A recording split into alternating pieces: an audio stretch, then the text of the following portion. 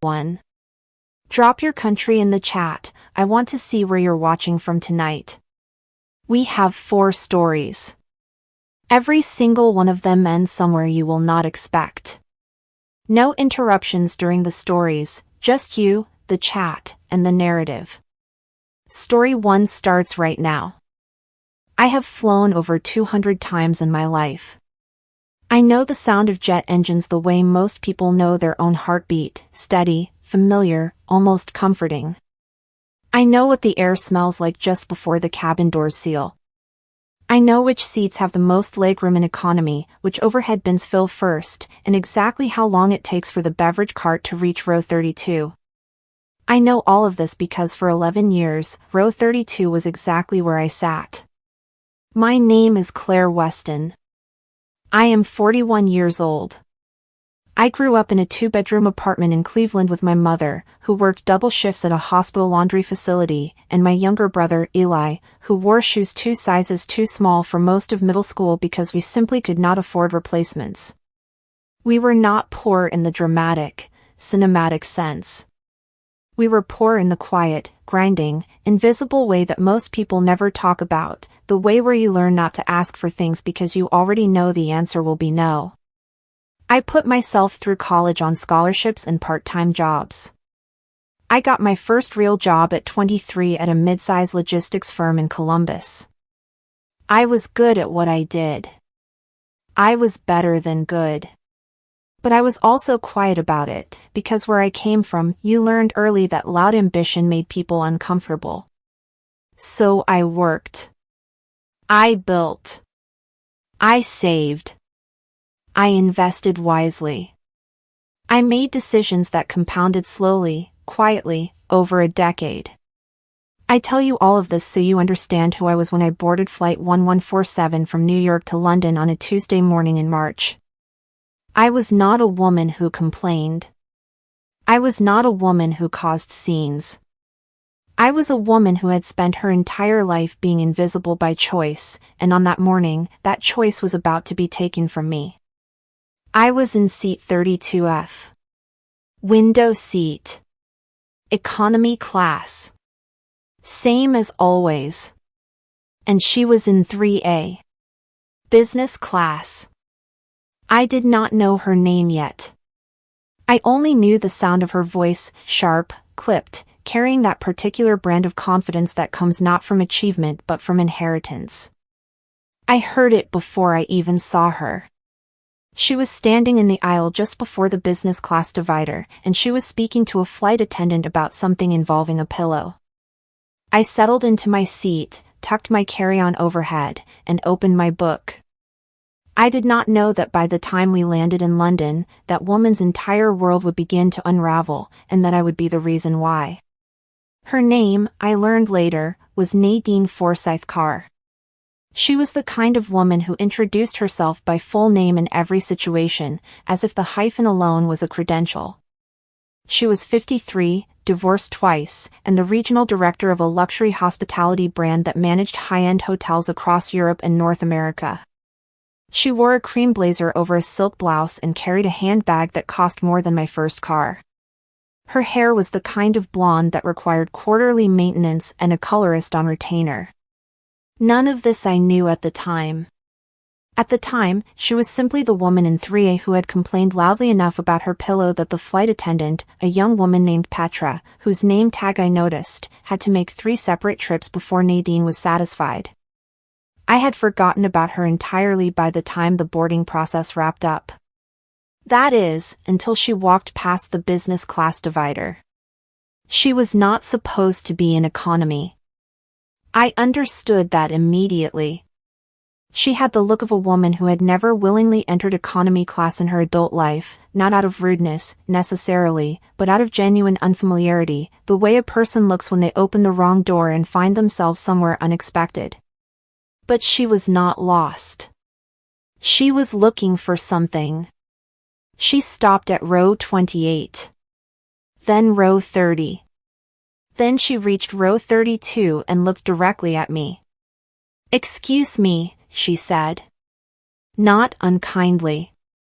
"Not yet." I think there may be some confusion. My assistant booked the seat next to mine for my colleague, but he's been delayed. I was wondering if anyone in this row would like to swap, take the empty business class seat, so that I could have extra space. The man in 32D looked up from his phone. He was maybe 60, wearing a short-sleeve button-down, reading glasses perched on his nose. He shook his head politely. I'm good where I am, thanks. She turned to me. I looked up from my book. What about you? She said. Would you like to move to business class? I just need this row to myself. I considered it for a moment. A free business class seat. Anyone would have said yes. Sure, I said. I'm happy to swap. She smiled, the efficient, transactional smile of someone who has just solved a minor logistical problem. Wonderful. Just let the attendant know. I stood. I reached for my carry-on. And that is when everything changed. I did not make it 3 steps toward the front of the plane before I heard her voice again. It was not directed at me. It was directed at Petra, the flight attendant, who had been passing through the aisle with a stack of blankets. Excuse me, Nadine said, in a tone I can only describe as performatively casual, the kind of casual that is actually the opposite of casual. The woman from 32, she's coming to take the open seat in business, yes? My colleague's seat? Petra paused. Oh, I'm not sure I can authorize that without checking with. It's fine, Nadine said. I cleared it with her. She was happy to swap. Of course, Petra said, I just need to confirm with the senior cabin crew.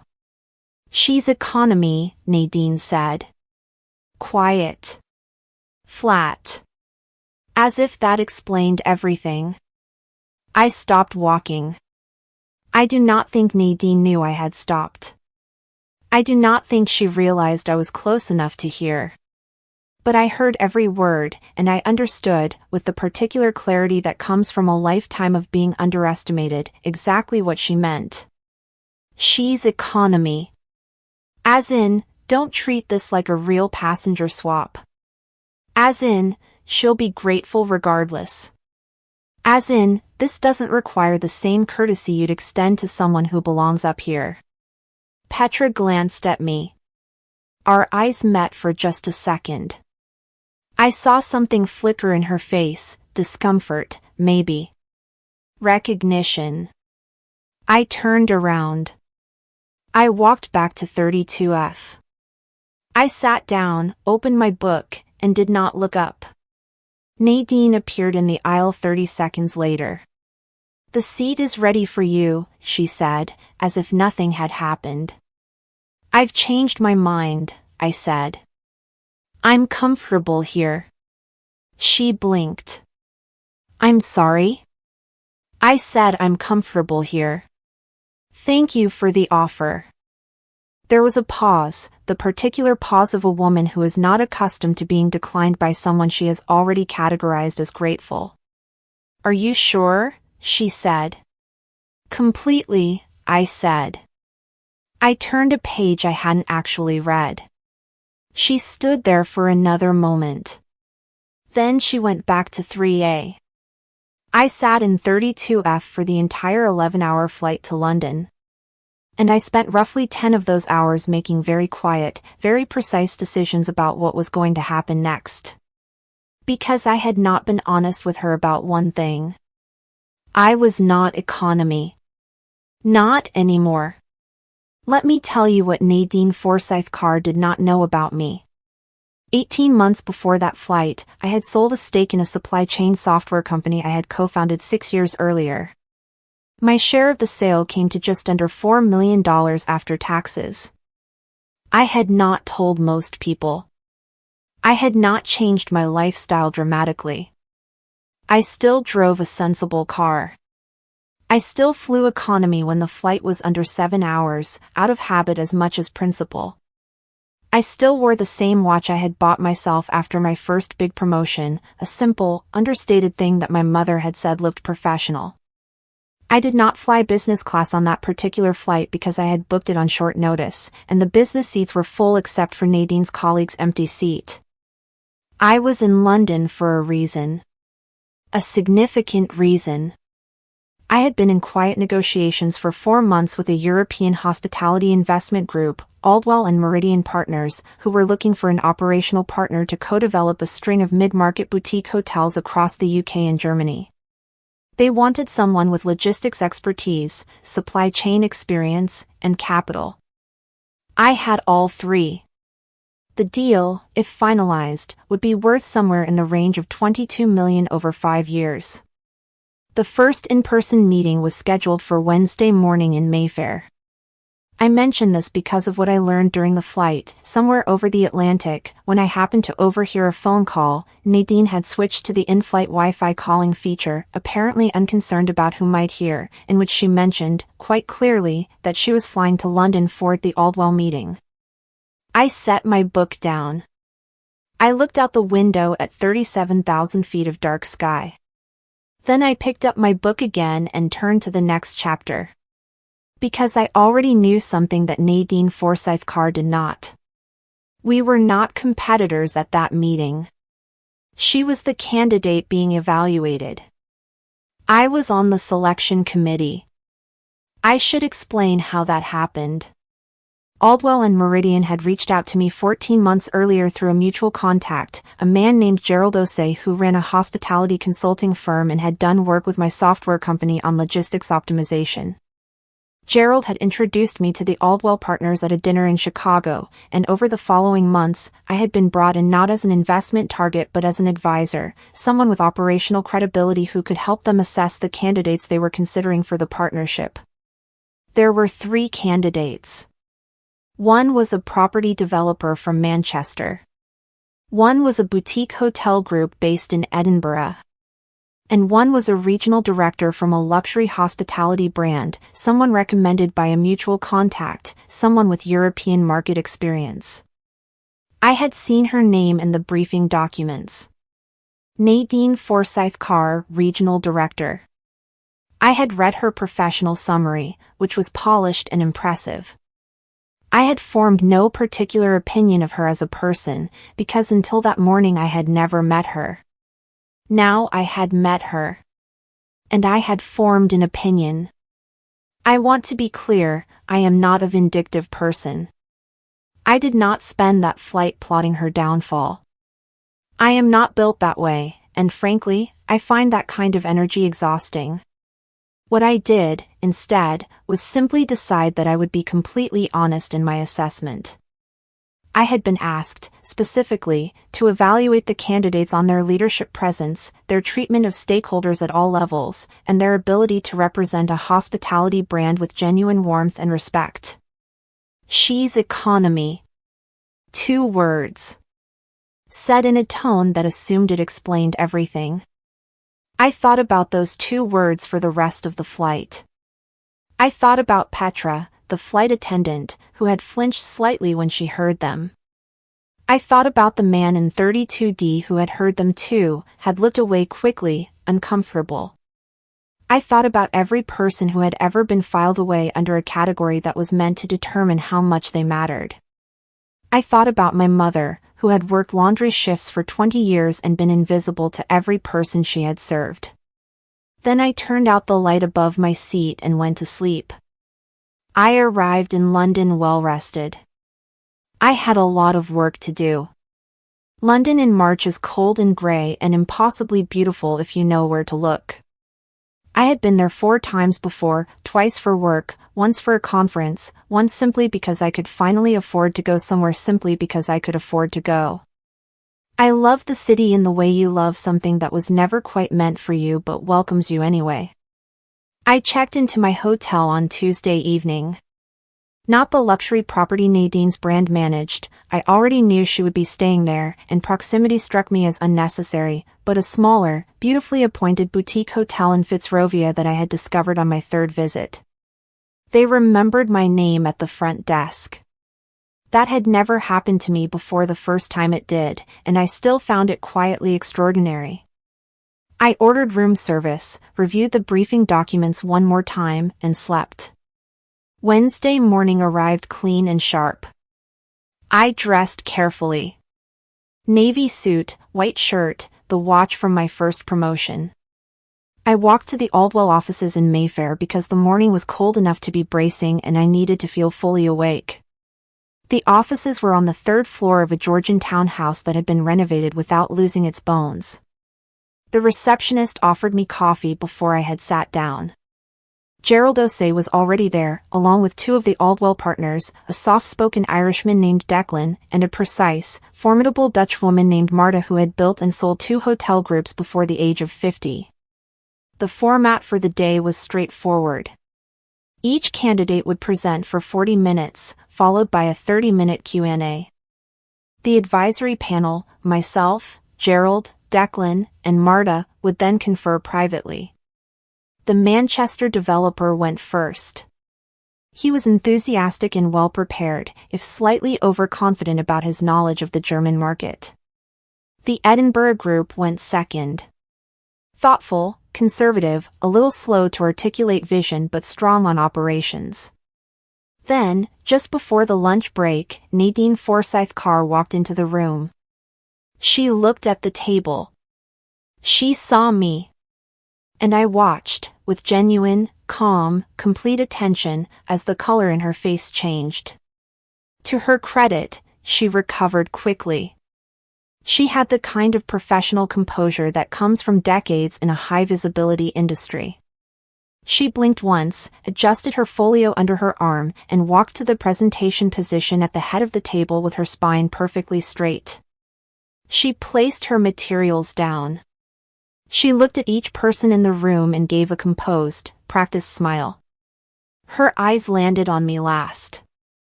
They stayed there for exactly 1 second longer than the others. Then she looked at Declan and began. Her presentation was good. I want to say that clearly, because I am telling this story honestly and honesty requires me to acknowledge that she was talented at what she did. She had clear data, strong market knowledge, a well-articulated expansion model for the German corridor. She spoke about brand culture with apparent conviction. She talked about hospitality values, genuine service, the dignity of every guest experience, treating every person as if they mattered equally regardless of what they were paying. She said those words. Treating every person as if they mattered equally. I wrote them down. The Q&A that followed was rigorous. Marta asked several pointed questions about operational margins that Nadine handled well. Declan probed her on conflict resolution within her current team. Gerald asked about stakeholder relationships below the executive level. And then it was my turn. I had one question. I looked at her steadily and said, "You've spoken about hospitality values and the dignity of every guest experience. I'm curious, how do you extend that philosophy outside the guest interaction? To colleagues, to vendors, to people you encounter in professional adjacencies who may not have immediate leverage over your goals?" She paused. Just briefly. I believe consistent respect is non-negotiable regardless of context, she said. Good, I said. Thank you. I wrote nothing down. Because I had already written everything I needed. The candidate deliberations took place in a smaller room off the main conference hall. Just the 4 of us, myself, Gerald, Declan, and Marta. The format was simple.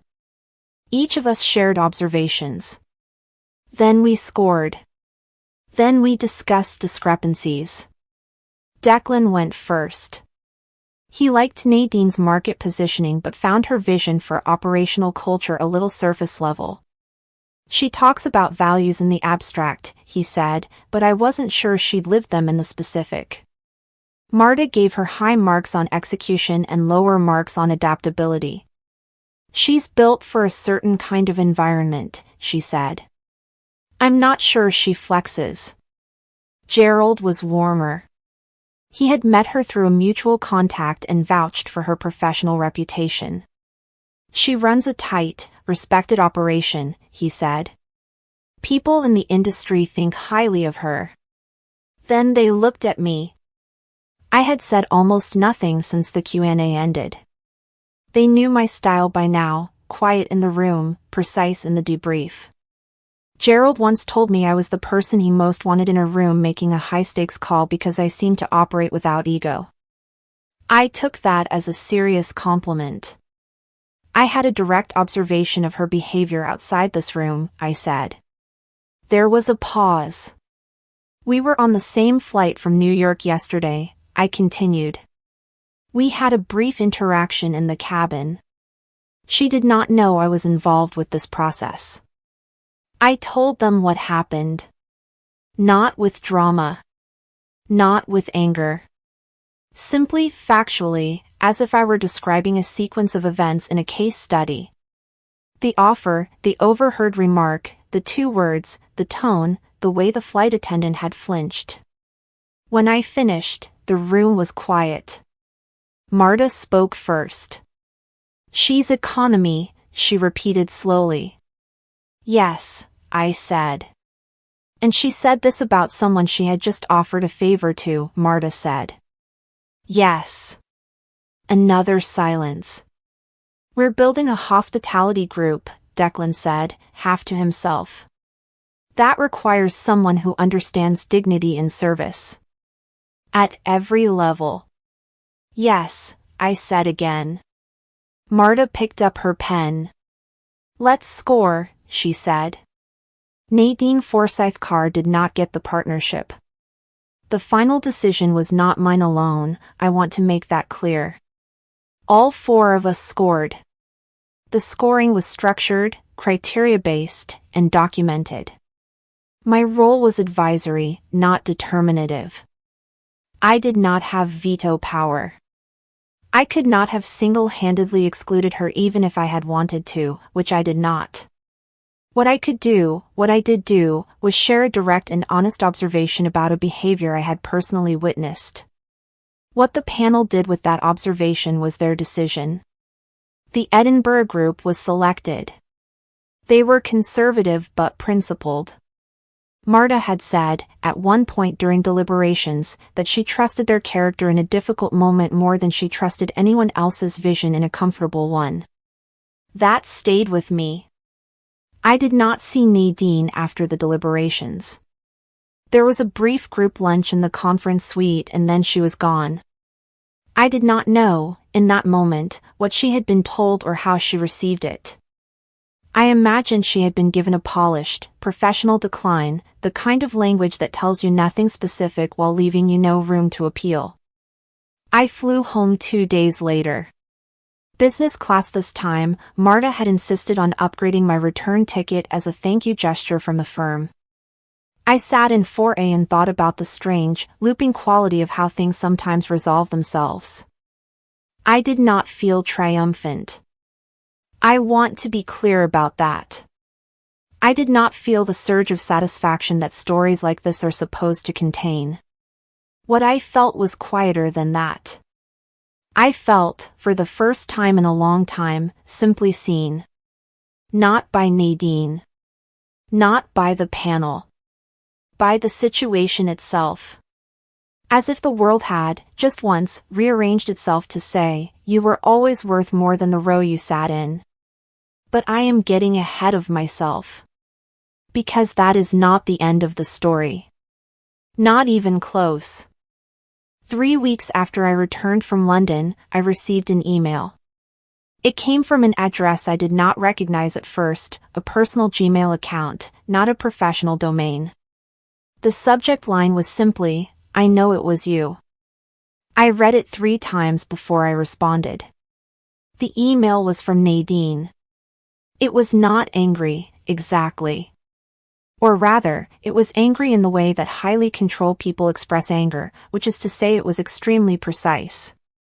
She had, she wrote, done some research after receiving the decline from Aldwell. She had spoken to her contact at the firm, not Gerald, but someone at a lower level who was less careful with information than they should have been.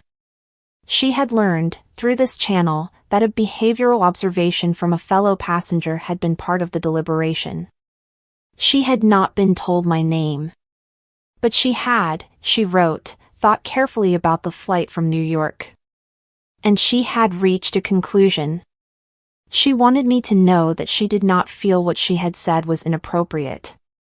She had not meant it unkindly. It was simply a factual descriptor. Economy class is an objective category. She had not been commenting on me as a person, she had been communicating relevant information to the flight attendant.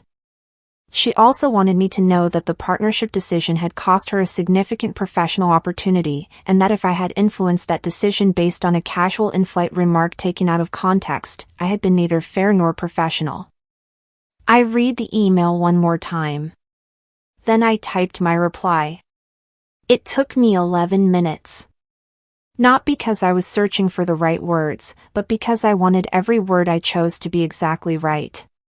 When I was finished, I read it back to myself once. Then I sent it. My reply was 4 paragraphs long. In the first paragraph, I confirmed that yes, I had been on her flight, and yes, I had shared an observation with the Aldwell panel. I did not apologize for this. I did not soften it. It had happened, I had done it, and I stood by it.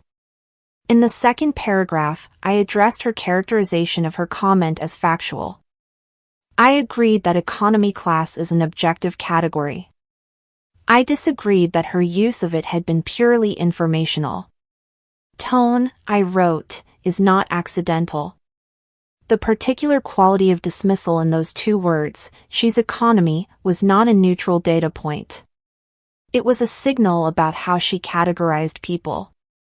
And in a process that was specifically evaluating how she treated people across all levels of interaction, it was directly relevant.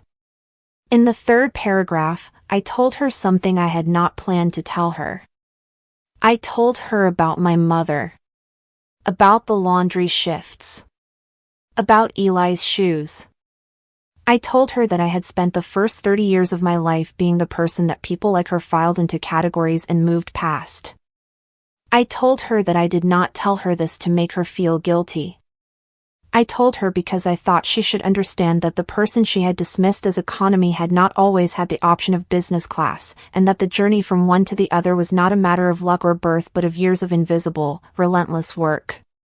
Work that happened to make her the wrong person to be careless around. In the fourth paragraph, I wished her well. Genuinely. I meant it. I wrote that I hoped she would use this experience not as a grievance but as information. That the world she was operating in was full of people who knew something she didn't about what it felt like to be underestimated, and that those people noticed how they were treated even when she didn't realize they were watching. I pressed send. I did not hear back for 11 days.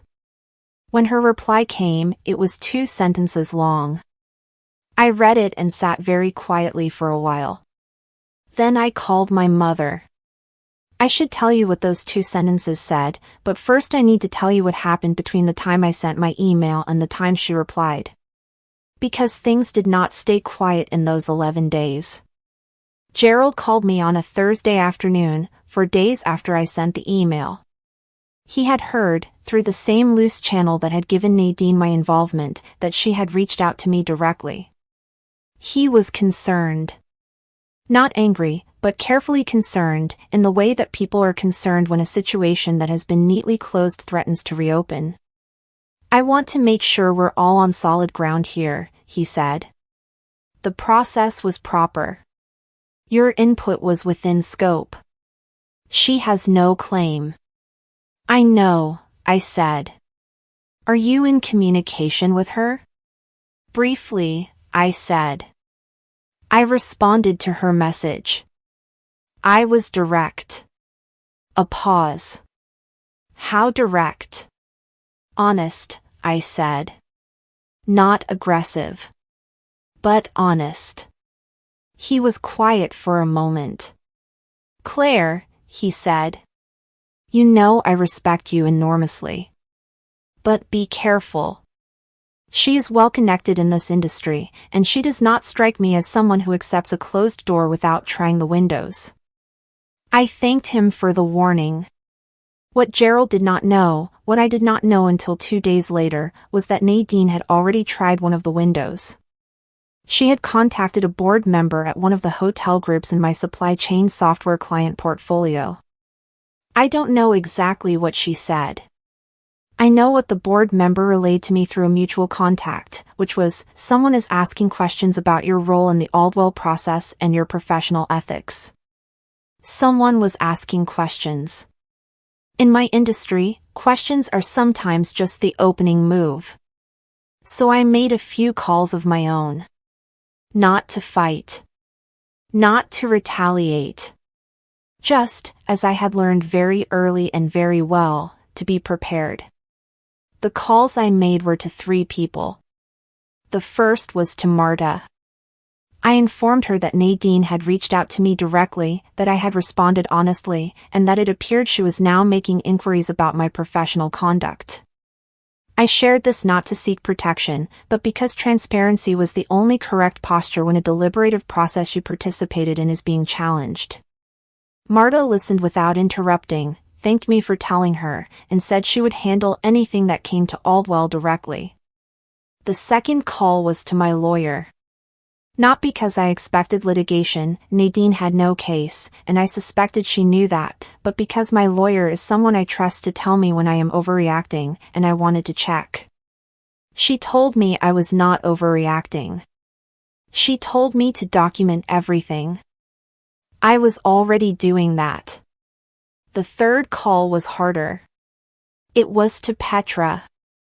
I had not forgotten her, the flight attendant who had been standing in that aisle, who had heard those words, whose face had shown that brief, flinching recognition.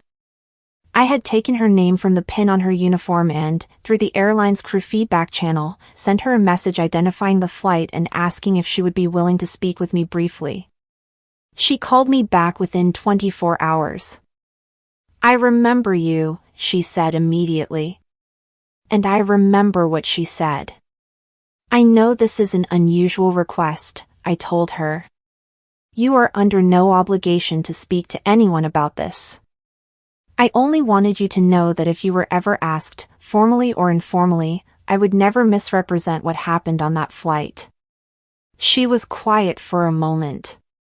Then she said something I did not expect. I filed an internal incident report that night, she said. For the record. I had a supervisor who encouraged crew to document passenger behavior, positive or negative, whenever it affected the working environment. I said nothing for a moment. So it's documented, I said. It was always documented, she said. I thanked her. We hung up. I sat in my apartment in Columbus and felt something shift beneath me, the quiet, tectonic feeling of a situation that has been assessed and found to be solid. I was not afraid. I had never really been afraid. I had just been waiting to find out what kind of story this was. Now I knew. The board member inquiry went nowhere. Marta, it turned out, knew the board member in question. They had served on an industry advisory panel together, and had spoken to him directly and with characteristic precision. Whatever questions had been asked about my professional ethics were answered by a woman who had been in the room and had seen everything firsthand. I do not know exactly what she said. I know that the board member sent me a brief, somewhat awkward email a few days later expressing his respect for my work and apologizing for any confusion.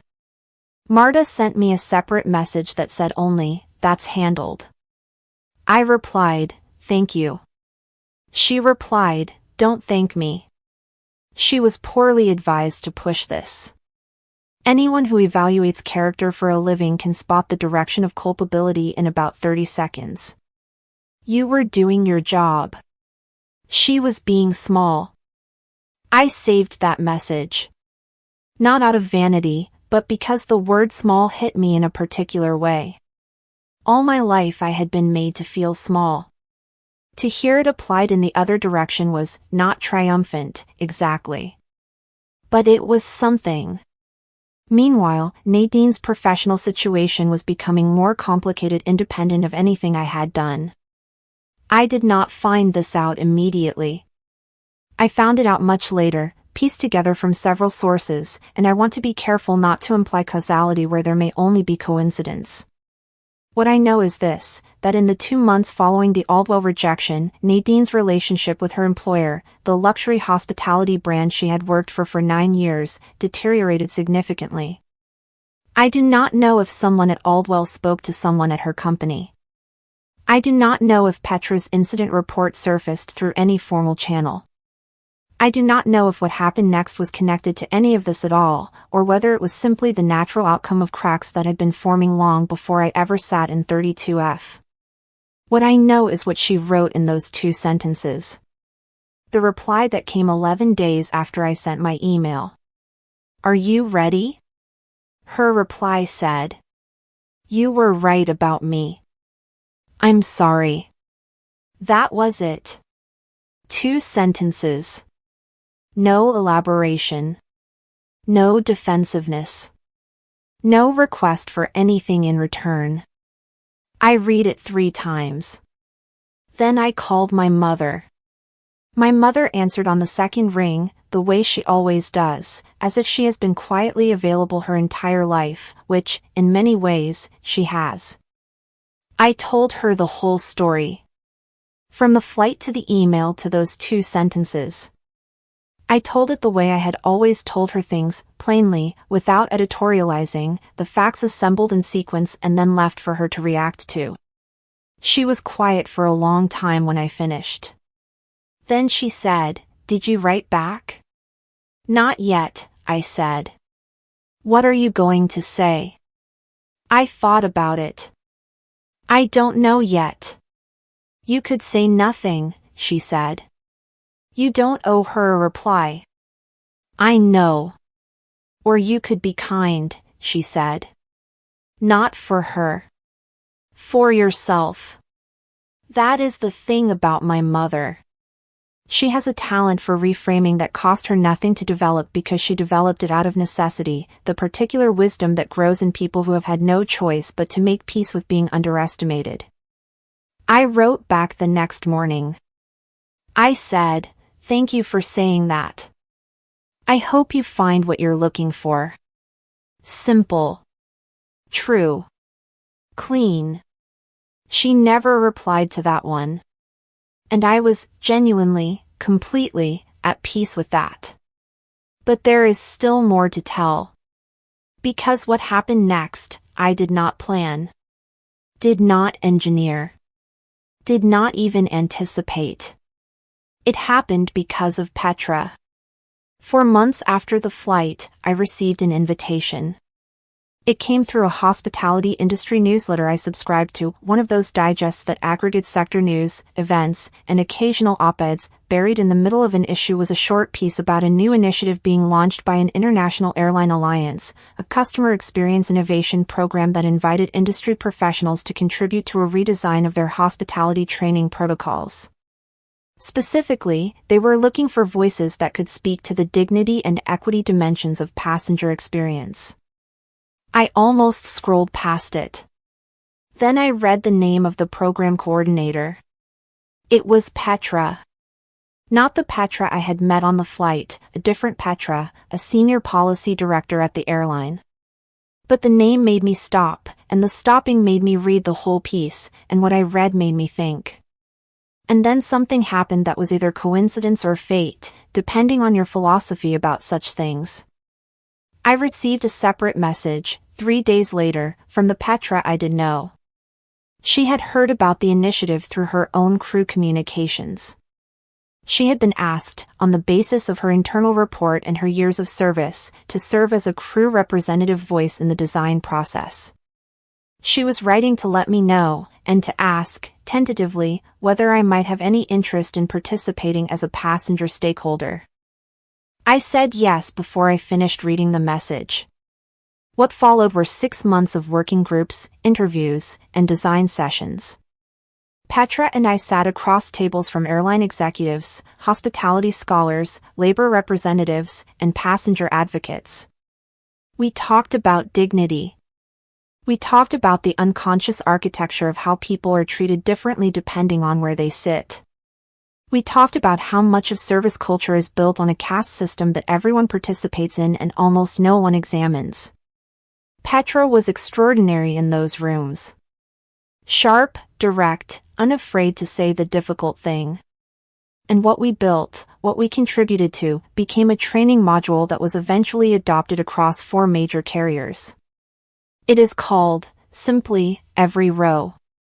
I did not name it. Petra did. But when she told me the name, I cried. Just briefly. In the parking structure outside the building where we had just finished the final review session. Alone, in my sensible car, with the engine running and the heater on. Because every row. That was my mother. That was Eli and his 2 small shoes. That was 32 years of sitting in the back of every room and doing the work anyway. Every row. I should tell you what happened to Nadine. I know, because the hospitality world is smaller than it appears from the outside, and news travels through it the way water travels through old buildings, along routes you would not predict, through gaps you did not know existed. She left her company 8 months after the Aldwell rejection. It was announced as a mutual decision, the kind of language that always means something more specific than it sounds. She spent a few months consulting independently. I heard her name mentioned at a conference that autumn, not in any prominent way, but as someone who had pivoted. Then, approximately a year after that flight, something unexpected happened. She reached out to Aldwell. Not to revisit the partnership, that door was professionally closed and she understood that. She reached out, apparently, to ask if there might be a role for her in a different capacity, as a consultant on the hospitality training and culture side of the portfolio rather than as an operational lead. Marta told me about this. She told me because she wanted my view, and because she trusted my judgment, and because, I believe, she also wanted to give me the opportunity to respond before she made a decision. I said, give her a chance. Marta raised an eyebrow. You're sure? People can change, I said. Or at least they can grow. She wrote me 2 sentences that I believe she meant. That's not nothing. It's also not everything, Marta said. No, I agreed. But it's a start. Nadine was brought on as a consultant. I was not involved in that work. I do not know the details of how it went. I know only that she was still doing it 18 months later, which in a consulting context is usually a good sign. We have not spoken since that email exchange. I do not expect we will. But I think about her occasionally, not with bitterness, and not with satisfaction exactly. More with the kind of complicated regard you have for someone who taught you something about yourself without intending to. She taught me that I had stopped being invisible. Not because I had become wealthy. Not because I had earned a seat at a particular table. But because I had finally stopped deciding in advance that my perspective didn't count. That, I think, is the only revenge worth having. There is a postscript to this story that I have not told many people. 2 years after the flight, I was in New York for a meeting, a different deal, the shape of my life having shifted in ways I could not have predicted from row 32F. I was at JFK, in Terminal 4, waiting for a flight home to Columbus. I was sitting in one of the gate lounges, not the airline lounge, just the regular gate area, reading a book and drinking coffee from a paper cup. I had status on the airline by then. I had a lounge membership. I was sitting in the regular gate area by choice, the same way I fly economy on short hops by choice, because I have found that I do not like who I become when I insulate myself entirely from the ordinary texture of travel. A woman sat down across from me. Early 30s. Dressed professionally. A laptop bag and a rolling carry-on.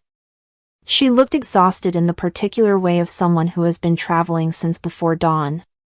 She caught my eye and offered the small, reflexive smile that strangers exchange in gate lounges. I smiled back. Then she looked at the departure board, then at her phone, then let out a long, quiet exhale. Long day? I said. She laughed, a little ruefully. Long week. Where are you headed? Columbus, she said. Finally. Me too, I said. We talked for 40 minutes. She was a supply chain analyst, 2 years out of grad school, trying to figure out whether to take a lateral move for more stability or stay where she was for more growth. Smart, careful, honest about her uncertainty. Just before boarding started, she asked what I did. I told her. Her eyes widened slightly, not at my success, I don't think, but at something else. You built that yourself? She said. With a lot of help, I said. And a lot of time in row 32. She didn't understand the reference. That was fine. It wasn't for her. We boarded the same plane. She was in economy. I was in first. But I remembered what she'd said about the lateral move, and I thought about it for the whole flight. When we landed, I found her at baggage claim and handed her my card. Call me, I said. I know some people who might be useful to you. She called 2 weeks later. I made 2 introductions. 3 months after that, she had the job she actually wanted. Her name was Simone. I still hear from her occasionally. That is the real end of the story. Not the moment Nadine turned pale in a conference room. Not the email with 2 sentences. Not even the training module named every row. The real end is Simone. And everyone like her. Because the whole point, the only point that has ever mattered, is what you do with where you end up. You can use your seat to look down. Or you can use it to reach back. I know which one I chose. And I would choose it again, every single time. I told you that was the end. It is not quite. Because 6 months after I gave Simone my card and baggage claim, she called me with something I did not expect. She had been hired at a mid-sized logistics firm in Columbus, a good company, growing, solid leadership. She was happy there. She was thriving. She had found a mentor, a woman she described as demanding but fair, someone who had built her way up from the ground and expected you to do the same. I think you'd like her, Simone told me. Actually, you might know her. She mentioned working on that airline training program a while back. The one called Every Row? I was very still. What's her name? I said. A pause. Nadine, Simone said. Nadine Forsyth Carr. I set down my coffee. I have thought about this many times since. About the strange, looping, slightly absurd way the world sometimes corrects itself. About the fact that the woman who had once said she's economy with that particular blade of dismissal was now mentoring a young woman who had sat in economy, had been noticed in economy, had been handed a card by someone who had also once been economy. I do not know if Nadine ever made the connection. I do not know if Simone ever mentioned my name. I did not ask, and I did not tell. But I like to think, and I am allowed to like things, that somewhere in that chain of events, something small was repaired. Not dramatically. Not with fanfare. Just quietly, the way good things often happen, one person choosing to reach back, and the reaching making a small, real difference, and the difference spreading in directions you could not have tracked. I flew economy last Thursday. Cleveland to Columbus. 45 minutes. Middle seat. The man next to me was reading the same book I had been reading on that flight to London 3 years ago. I mentioned it. We talked about it for the whole 45 minutes. He was, it turned out, a retired hospital laundry supervisor. He reminded me of my mother. I did not tell him that. But I thought about it all the way home. I do not know what Nadine thinks about that flight anymore. I do not know if she has told the story, her version of it, to anyone. I do not know if she has connected, in any explicit way, the moment she said those 2 words to everything that followed. People are often the last to trace the full arc of their own choices. What I know is this. I know that Petra still flies. I see her occasionally in crew announcements from the airline's training division, where she now works part-time alongside her flight duties as an instructor in the Every Row program. She sent me a photograph last year of the first crew cohort she trained herself. 42 flight attendants, standing in a conference room, smiling. I know that my mother retired last spring. She has a small garden now, which she takes entirely too seriously and talks about with a joy that makes me feel, each time she describes it, that we got something right in the end. I know that Eli's kids have enough shoes. I know that I still fly economy when the flight is under 7 hours. Not out of obligation. Not out of nostalgia for something I don't actually miss. But because comfort is not the same as connection, and I have found that the most interesting conversations of my life have happened in middle seats. And I know, with the particular, unshakable, hard-won certainty of someone who spent a long time doubting it, that where you sit says nothing about who you are. It never did. It never will. This is where you belong, she said. She was right. I belong in every row. And that, finally, is the end. That was story 1. Before we transition into story 2, let me know your views on these questions if what I did was right. The moment I decided not to take the business class seat after hearing what Nadine said, was that the right call? Or do you think I should have just taken the upgrade and let it go? Also, when I told the panel what she witnessed on the flight, some people might say I was using personal information in a professional setting. Do you think what I did was fair, or did I cross a line? All right. Take a breath after that one. Now, story 2 is a different kind of betrayal. Not a stranger on a plane. This one starts in grief and it does not apologize for it. A woman loses her husband.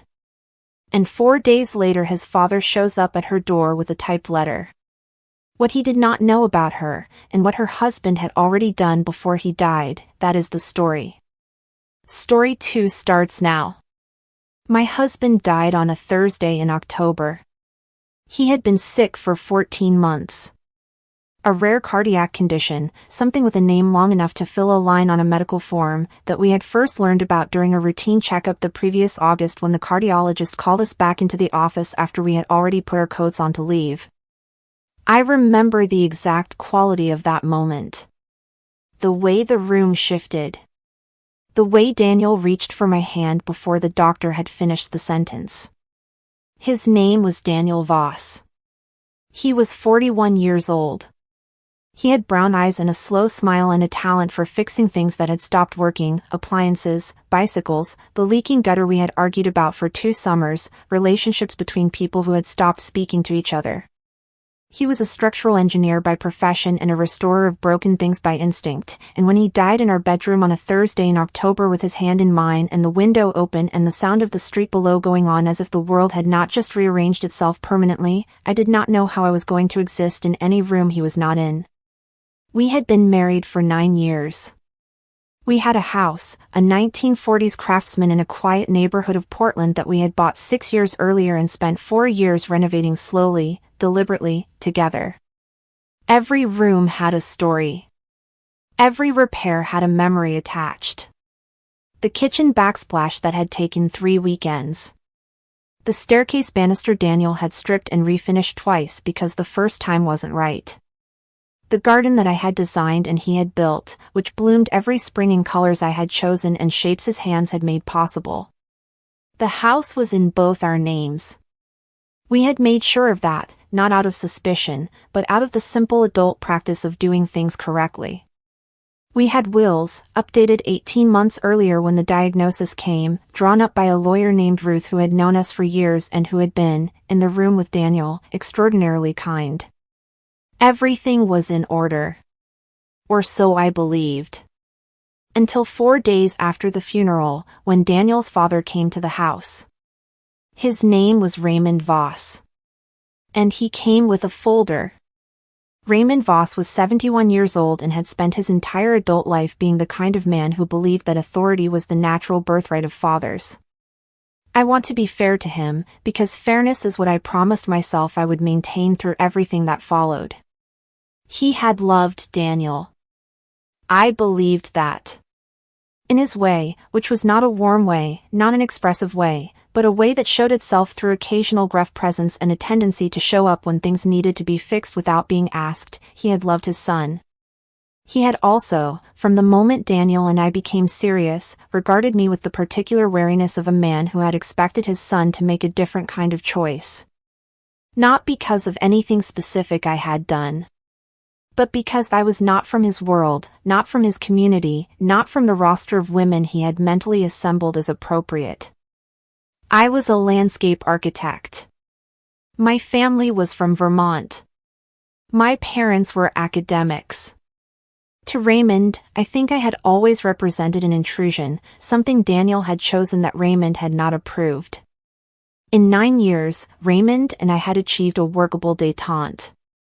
Daniel had managed it carefully, with the skill of a man who had spent a lifetime navigating his father's expectations. There had been no significant conflicts. There had been dinners and holidays and a level of functional civility that, I had told myself, was sufficient. Daniel's death ended the détente. Raymond arrived at the house on the 4th day after the funeral. He came alone. He rang the bell. He was wearing a suit, which I noted because he had never worn a suit to our house before, and I understood immediately that the suit was intentional, that he had dressed for this visit the way a person dresses for a transaction. I let him in. I offered him coffee. He sat at the kitchen table, Daniel's kitchen table, the one we had found at an estate sale and stripped together on a hot July afternoon, and he placed his folder on it. "We need to talk about the house," he said. I sat down across from him. And I waited. He had a document. It was not a legal document. I understood that within 30 seconds of looking at it, because I had been through enough professional processes to recognize the difference between something that has legal weight and something that has been assembled to look like it does. It was a typed letter, on plain paper, signed by Raymond and his wife Constance, who had not come in person, which I also noted.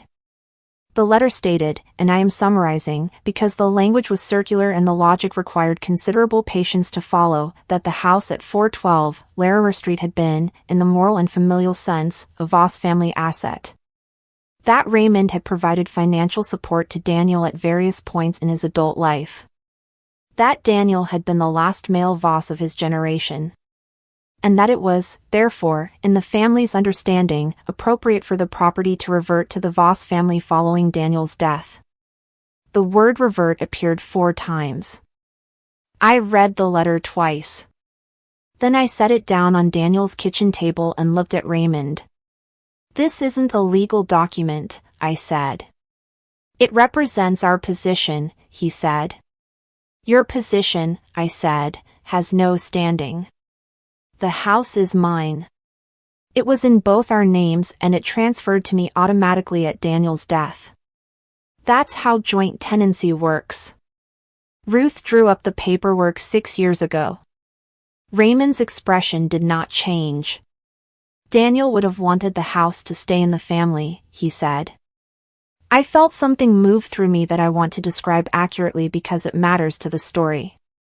It was not rage, exactly. It was colder than rage. It was the precise, clarifying feeling of understanding exactly what is happening and exactly what it requires of you. I am his family, I said. I was his wife for 9 years. I am his family. You have no children, Raymond said. The Voss name ends here. I looked at him for a moment. I'd like you to leave now, I said. He did not leave immediately. He said several more things, about family legacy, about Daniel's wishes, about what was right and what was owed. I let him finish. I did not argue. I did not raise my voice. When he was done, I stood up, walked to the door, and opened it. He left. I closed the door. I sat on the kitchen floor for 20 minutes. Then I called Ruth. Ruth was not surprised. She told me this gently but directly, the way she told me most things, which was one of the reasons I trusted her. She had seen this pattern before, not identically, but in variations, and she wanted me to understand both what Raymond could and could not do. What he could not do, legally compel any transfer of property. The house had passed to me automatically at Daniel's death by operation of law. The will confirmed it redundantly. There was no ambiguity, no gap, no mechanism by which Raymond's letter or his position or his grievances had any legal effect whatsoever. What he could do, make my life difficult in peripheral ways. Contest the estate, which would cost money and time and ultimately go nowhere but would require me to respond. Attempt to pressure me socially or emotionally. Recruit other family members to the campaign. Make noise. Do you think he'll push it? I asked. I think he believes he's right, Ruth said. Men like Raymond often do. The question is whether believing he's right is enough to make him act, or whether the reality of no legal standing will eventually land. How long does that usually take? A pause. It depends on how much the family supports him. I thought about Constance, who had not come in person. I thought about Daniel's sister, Margot, who had sat next to me at the funeral and held my hand during the burial and texted me every day since. I thought about the cousins who had been kind, the uncle who had made a point of seeking me out at the reception and telling me how much Daniel had loved me. I thought about the architecture of this family and where the fracture lines were. I'll handle it, I told Ruth. I know you will, she said. But let me know if it escalates. There are steps we can take. I thanked her and hung up. Then I did something I had not done since the night Daniel died. I went into the garden. I sat in the chair we had put there specifically for sitting in, the old painted metal one he had found at a salvage yard and repaired, and I looked at what we had built together, and I thought about what it meant to fight for it. I decided I would fight. But I was going to do it my way. Quietly. Thoroughly. And from a position Raymond had no idea I occupied. There are things I had not told Raymond about myself because he had never asked. He knew I was a landscape architect. He knew Daniel and I had renovated the house. He knew I had a small professional practice. He had filed all of this under a category he found unremarkable and moved on. What he did not know was what my practice had become. I had started Voss and Hartley Landscape Architecture. I had taken Daniel's name, which I mentioned because it becomes relevant 8 years earlier as a two-person operation working on residential gardens and small commercial projects. Over those 8 years, it had grown. Not dramatically, not in the headline way of a company that appears in magazines. But steadily, in the way that good professional work grows when you do it with consistent care, through referrals, through repeat clients, through a reputation in the regional market that had attracted increasingly significant projects.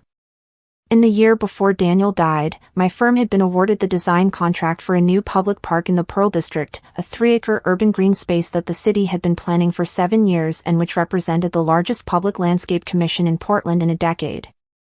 The contract was worth $420,000 in design fees. It would take 3 years to complete. My name was on the proposal and my name was on the award and my name was on every press release the city had issued. Raymond, I was fairly certain, had no idea. I was also, as of the previous spring, the sole owner of the company. My original partner had bought out and moved to Seattle, which meant that Voss and Hartley Landscape Architecture was mine entirely.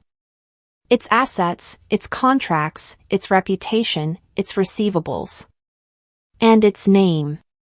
The Voss and Hartley was Daniel. I had named it for us. For what we were building together. Raymond wanted to talk about legacy. I was the one carrying it. But there was more. Because the house he wanted to revert to blood family, had something inside it that Raymond had never known about. Something Daniel and I had built together in the years before he got sick, something quiet and careful and entirely our own.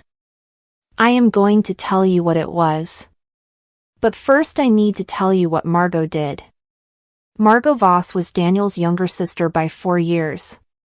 She was, in personality and disposition, almost entirely unlike her father, which had made her life considerably more complicated and her character considerably more interesting. She was a physician, a hospitalist at a regional medical center, practical and direct and constitutionally incapable of pretending something was acceptable when it wasn't. She called me 2 days after Raymond's visit. She had heard, from Constance, who had apparently described the meeting to Margot with the selective framing of a woman who had been complicit but wanted to position herself as peripheral. I heard Dad went to the house, Margot said. He did, I said. I heard what he said. Then you know. A pause. Sarah. She had called me Sarah since the first Christmas Daniel brought me home. Full name, Serafina, which I had been saddled with at birth by parents who apparently mistook infants for Renaissance paintings. Everyone called me Sarah. He has no case. You know that. I know. He believes he does. Which is a different problem. I'm aware. He's been talking to the cousins, she said. Or trying to. Most of them are not interested. Uncle Paul told him directly that what he was doing was wrong. Aunt Diane hasn't returned his calls. What about your mother? Margot was quiet for a moment. My mother she's complicated. She agrees with him in some abstract way that doesn't map to what's actually happening. I don't think she'll actively help him. But she won't stop him either. Okay, I said.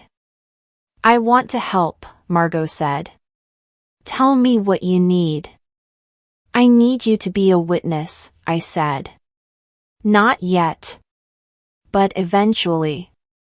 I need someone inside the family who can speak clearly to what happened and why it was wrong. Done, she said immediately. And I need you to know something I haven't told anyone yet. About the house. She was quiet. I told her. She was quiet for a long time after I finished. Then she said, Dad has absolutely no idea. None, I said. When were you going to use it? When the moment was right, I said. Is it right yet? Not quite, I said. But getting there.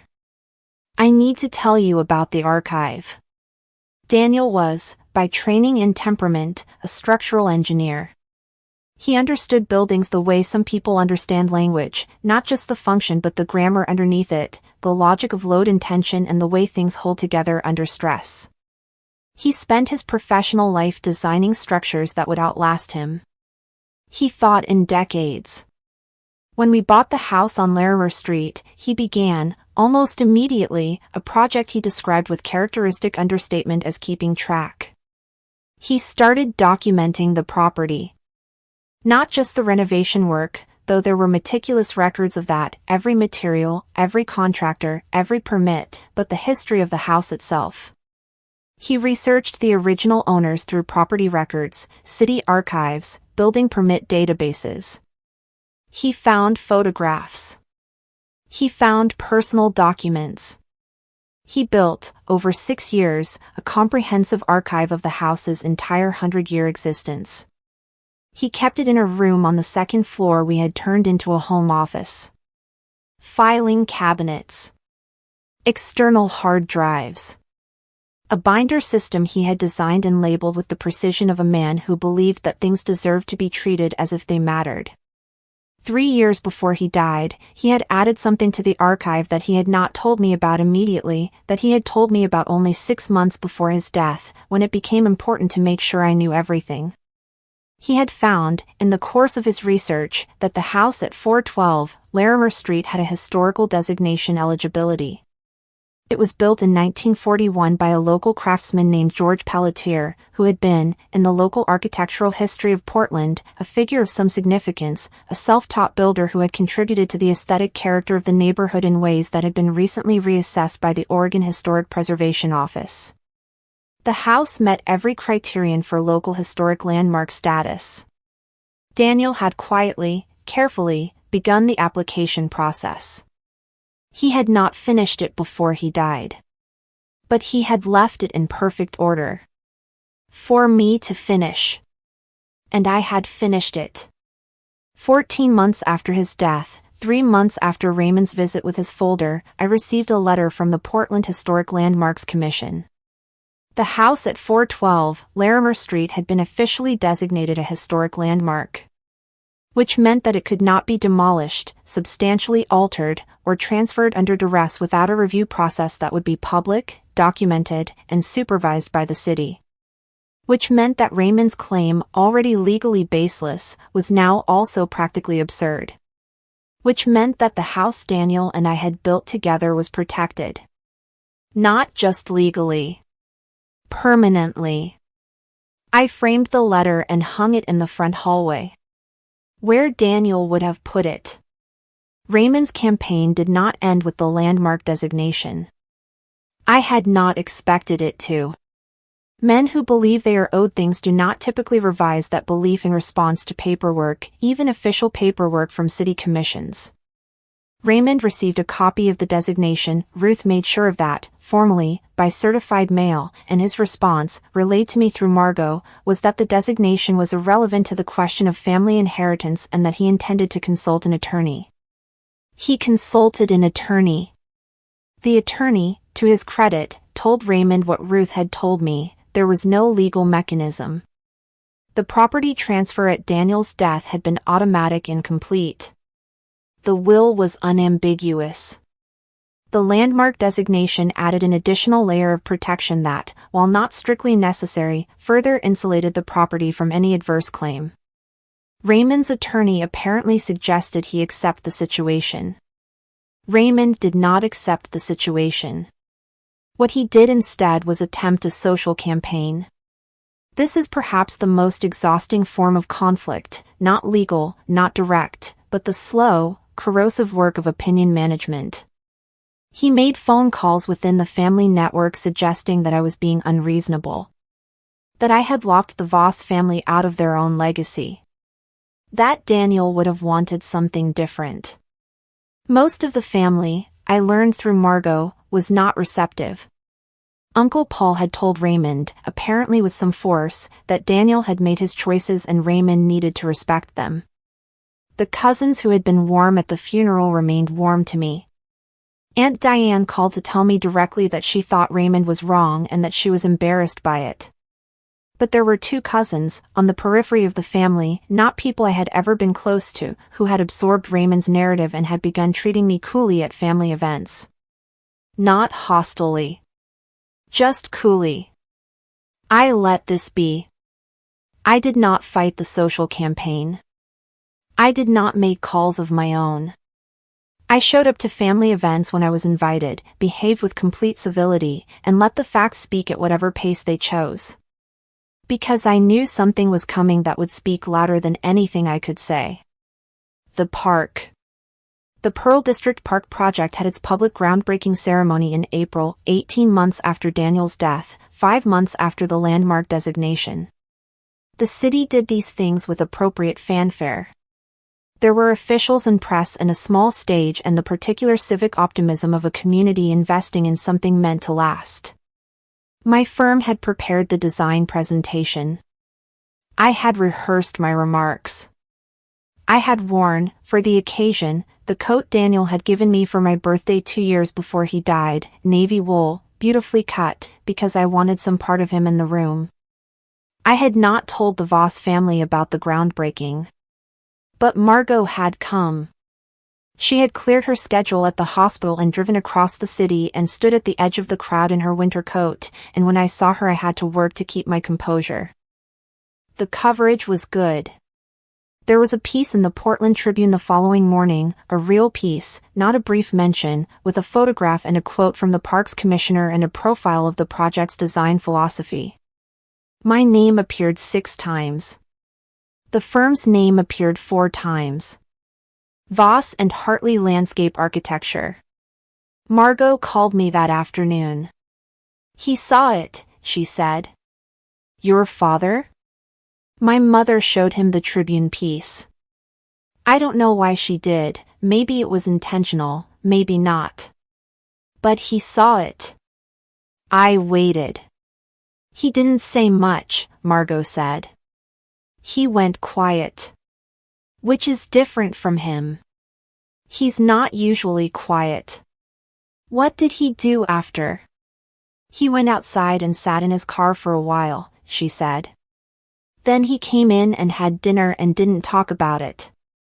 I thought about Raymond sitting in his car reading a newspaper story about his son's name on a public park in Portland.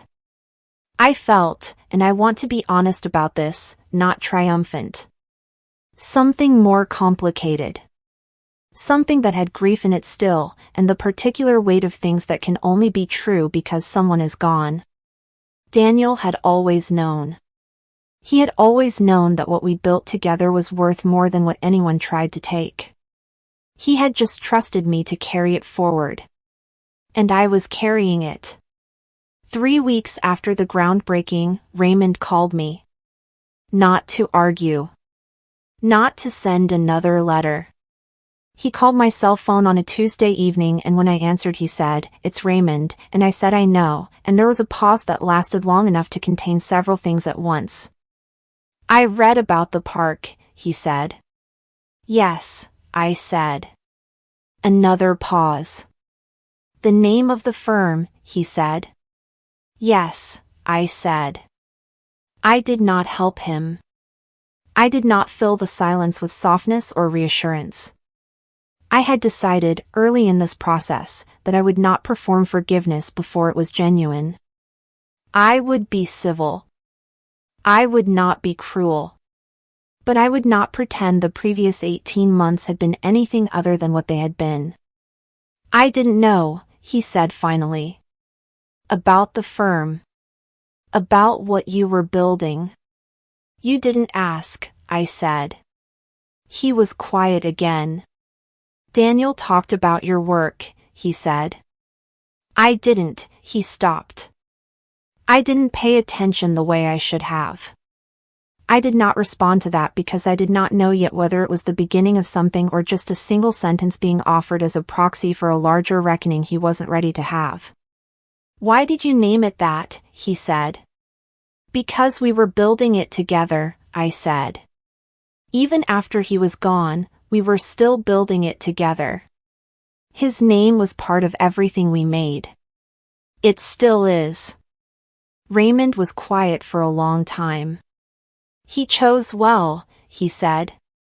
The words came out with some effort, which I recognized as the particular effort of a man who has spent a lifetime not saying the thing that needed to be said and is trying, late, to correct that. Yes, I said. He did. We stayed on the phone for another 30 seconds without speaking. Then he said good night. I said good night. I hung up.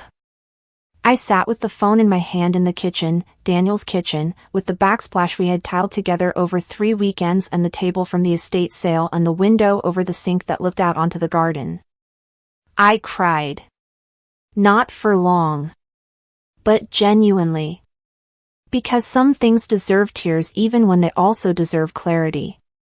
And because I still hadn't told Raymond everything. There was still one more thing. The thing that changed everything.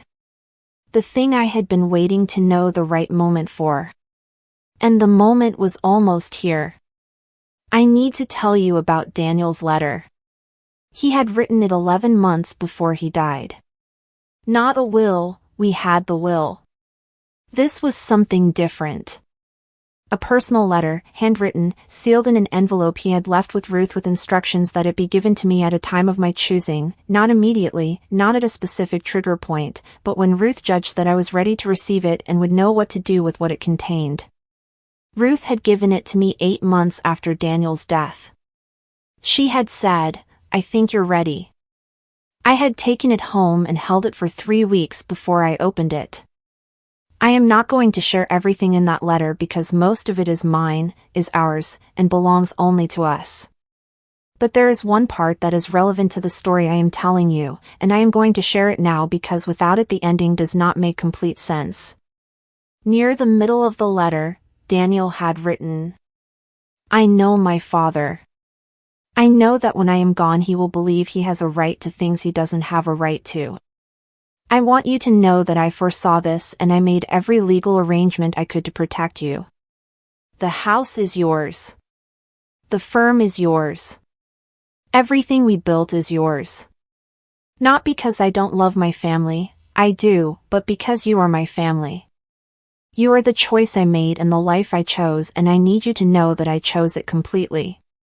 What I ask of you, not as an obligation but as a hope, is that when the dust settles, you find a way to let my father see who you are. Not to prove anything to him. Not for his sake, exactly.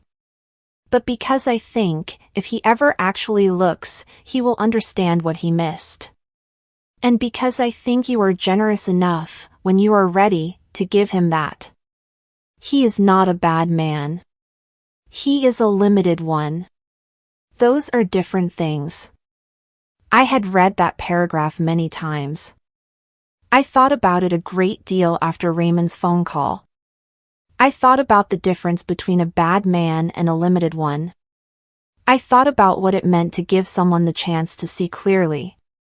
And I thought about what I had decided, quietly, over the months since the groundbreaking. What I had decided to offer Raymond. Not forgiveness. Not yet, maybe not ever in the complete sense. But something. An invitation. To see what Daniel had left behind. To understand what the name Voss still meant in the world. To meet, if he was willing, the students who would be carrying it forward. I should explain the students. The archive in the second-floor office was not only a record of the house. In the last 2 years of his life, Daniel had begun a secondary project within it, something he had started quietly and had not yet fully articulated to anyone, including me, but which had existed in partial form on his external hard drives and in 3 leather notebooks I had found after his death. He had been developing a mentorship framework. He had spent 20 years as a structural engineer. He had worked with dozens of young engineers over that time, interns, junior staff, graduate students he had supervised. And he had noticed, repeatedly, that the ones who struggled were rarely the ones who lacked intelligence. They were the ones who lacked access to professional networks, to informal guidance, to the kind of embedded knowledge that only comes from being adjacent to experienced practitioners. He had wanted to formalize this.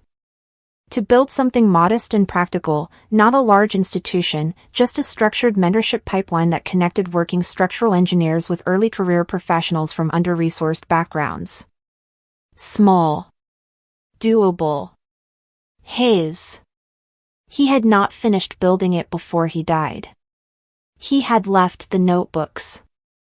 I had spent 14 months, in the spaces between grief and work in the house and the lawsuit and the landmark designation and the park groundbreaking, reading those notebooks. Asking questions of his former colleagues. Working with Ruth to establish the legal structure.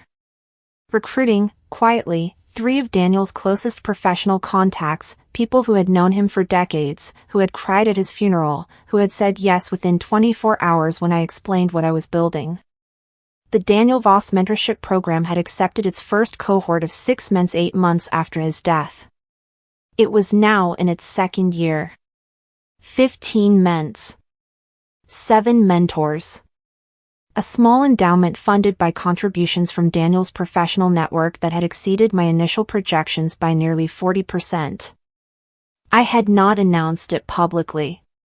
I had not told Raymond. I was going to tell him now. Not as a weapon. Not as a display. But because Daniel had asked me to let his father see who he was. And this was who Daniel was. And who I was carrying forward. I invited Raymond to the program's second-year gathering. It was held in April, a Saturday morning, informal, at a community space in Portland that one of the mentors had arranged.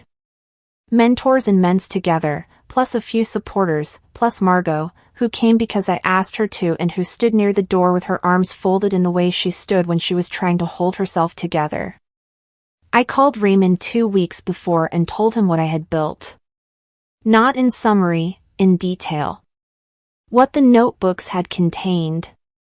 Who the mentors were. Who the men's were. What Daniel had wanted it to be and what it had become. Raymond was quiet on the phone for a long time. Then he said, "Can I come?" "Yes," I said.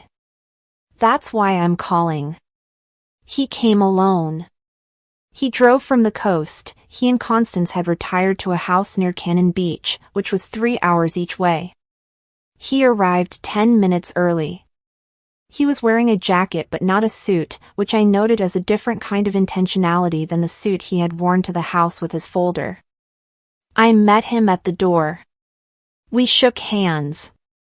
Not warmly, not yet, but with a directness that acknowledged everything that had happened and everything that still needed to happen. I introduced him as Daniel's father.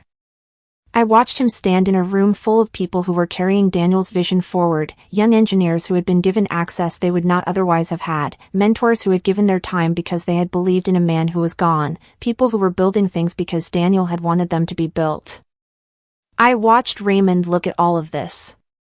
I watched his face. He did not cry. He was not a man who cried in public, and I did not expect him to. But there was something in his expression that I can only describe as the look of a man who is revising a very long-held understanding about what his son's life had actually meant. At some point in the morning, one of the men's, a young woman named Cassie, 24, first-generation structural engineering graduate, currently working at a firm in Seattle, gave a short informal talk about what the program had meant to her. She mentioned Daniel by name. She said he had never met her but that his work had reached her anyway, which was, she said, the best thing about leaving something behind. I watched Raymond listen to this. Afterward, he found me. "Thank you for inviting me," he said. "Daniel asked me to," I said. "Not directly. But in the letter he left me, he asked me to let you see him clearly. This is him. This is who he was." Raymond looked across the room at Cassie, who was talking to her mentor with the particular animated energy of a young person who has been given access to something she earned. "He was a good man," Raymond said. "Yes," I said. "He was." "I should have," he stopped. "You don't need to," I said. "I need to say it," he said. "I should have paid attention. When he was here. I should have paid more attention." I nodded. We stood there together in the room his son had imagined. It was not reconciliation, exactly. It was something more honest than that, 2 people who had been through something terrible, standing together in what had been built from the wreckage of it, acknowledging that the building was real. That was enough. For now, it was enough. There is a postscript that I did not plan and could not have anticipated. 7 months after the mentorship gathering, I received a letter from Raymond. Not a typed letter on plain paper with the word revert in it. A handwritten letter, on personal stationery, in the slow, careful handwriting of a man who had not written letters by and Hartley, which Raymond had received and not fully registered and now could not stop thinking about. He wrote, "I spent so much time deciding what I wanted Daniel to be that I was not paying attention to what he was. That is something I have to live with. But I want you to know that I see it now." He wrote, "The house should be yours. I was wrong. I am sorry."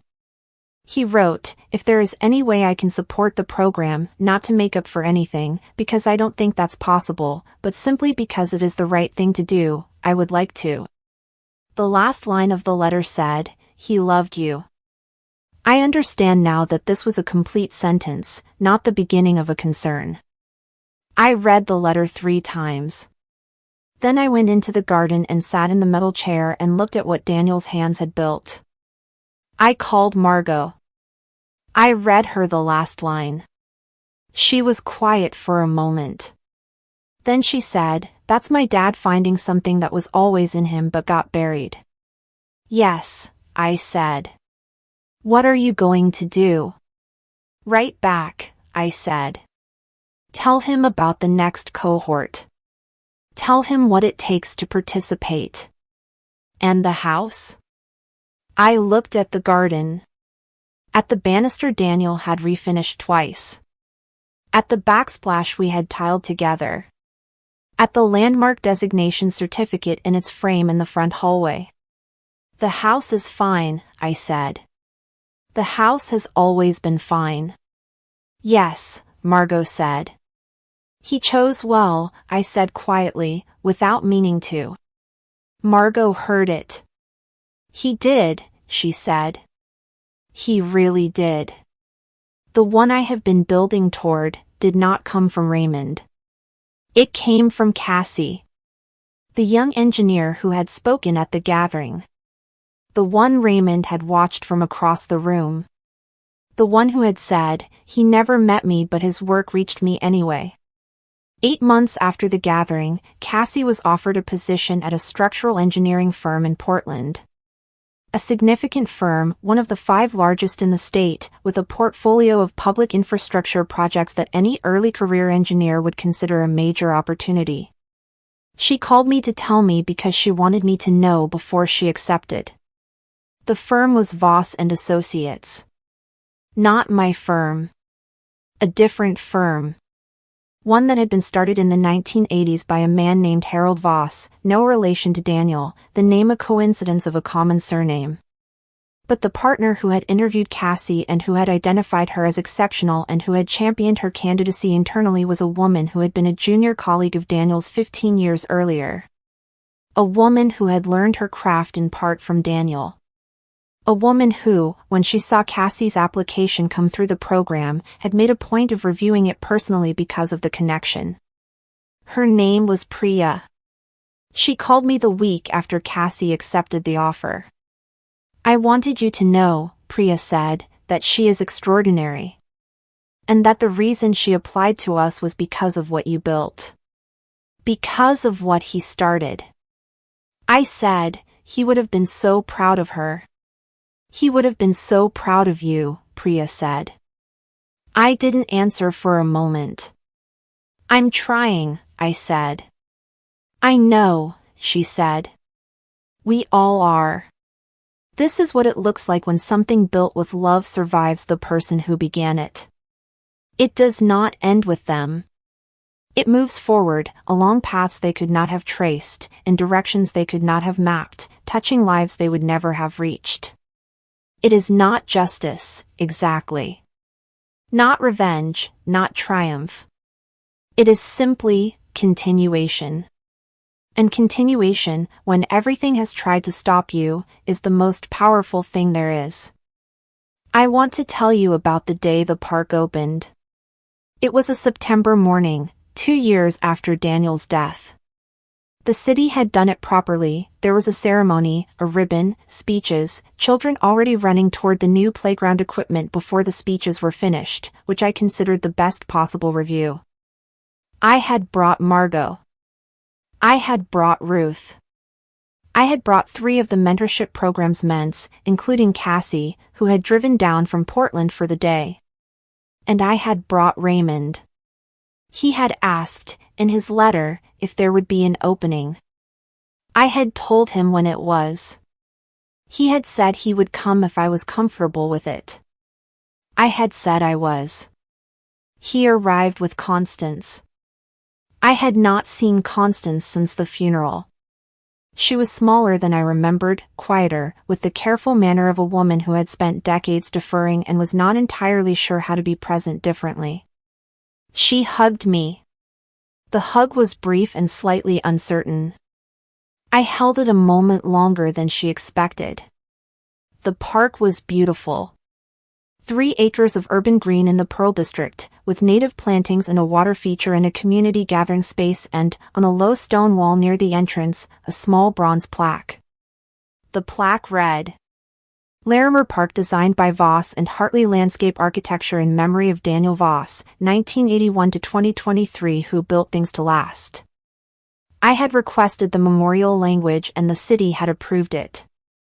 The park's commissioner had said, at the naming meeting, that it was the most appropriate dedication text she had seen in 15 years of park openings. Raymond stood in front of the plaque for a long time. Constance stood beside him and held his arm. I stood a few feet back with Margot. I did not approach him immediately. I let him have the moment. When he turned around, his eyes were red. He did not apologize for this. He walked to me. He said, "Thank you for putting his name on it." I said, "It was always going to have his name on it." He nodded. We stood there in the park his son's firm had designed, in front of the plaque with his son's name, in the September morning light, and for the first time since Daniel died I did not feel the specific loneliness of carrying something alone. I was not alone in it anymore. That is not redemption. I want to be precise about what it was. It was not redemption. Raymond had done what he had done, and no mourning in a park erased it. But it was something real. A man who had been limited choosing, at the end of things, to look clearly. And that was worth something. Daniel had known it would be. I still live in the house on Larimer Street. I want to say that clearly because sometimes people assume I would have left, that a house full of someone's absence would become unbearable, that the grief would eventually make the walls uninhabitable. I understand why people think that. I thought it myself, in the early months, when every room was a kind of wound. But grief, I have found, changes its texture. It does not diminish exactly. I do not think love diminishes, but it transforms. The absence in the rooms became, over time, something less like a wound and more like a presence. Not Daniel himself, I am clear-eyed about that distinction. But the evidence of him, the banister he refinished, the garden he built, the archive in the second-floor office, the landmark certificate in the hallway. The house did not stop being full. It became full of different things. The second-floor office is still the archive. I have added to it. The files on the mentorship program are there now. The files on the park. A copy of the Tribune piece. Raymond's letter. Photographs from the gathering, from the opening, from Cassie's hiring announcement. Daniel started an archive of what we built. I am continuing it. The program has its 3rd cohort this fall. 19 ments. 9 mentors. Priya joined the mentor cohort last year. Raymond made a donation, modest, carefully considered, that we accepted because it was offered in the right spirit. Margot comes to every annual gathering and cries at the speeches and then denies it. My mother calls twice a week. She has never stopped being furious about what Raymond did. I have told her that I have found a way forward. She has said, I know. I'm still furious. I find this reasonable. The house is protected. The firm carries his name. The park is open. The students are building. This is what it looks like when you refuse to let someone else define what was yours. This is what it looks like when you carry something forward with enough care that it outlasts the people who tried to stop it. This is what it looks like when you trust that what was built with love is worth protecting. And it is worth protecting. Every day, it is worth protecting. There is one more thing. The last thing Raymond did, the thing I did not expect, even at the end of all of this, happened at Christmas, 14 months after the park opening. He came to Portland. He and Constance both. They stayed at a hotel. They came to the house on Larimer Street for dinner, the first time either of them had been inside since that fourth day after the funeral visit with the folder, which I had kept in the back of my mind for 2 years as a fixed reference point for how things had begun. I cooked. Not because I was performing hospitality, but because cooking in that kitchen, in the house Daniel and I had renovated, was something I did on days that mattered. Margot came. A mentor named Jerome and his wife came. Cassie drove down from Portland. We ate at Daniel's table. After dinner, Raymond asked if he could see the archive. I took him upstairs. I showed him the filing cabinets. The hard drives. The binders with Daniel's careful labels. The notebooks with the mentorship framework. The photographs. Raymond moved through the room slowly, touching things lightly, the way you touch things you understand are important and want to treat correctly. He stopped at a shelf where I had placed, among the documents, a framed photograph.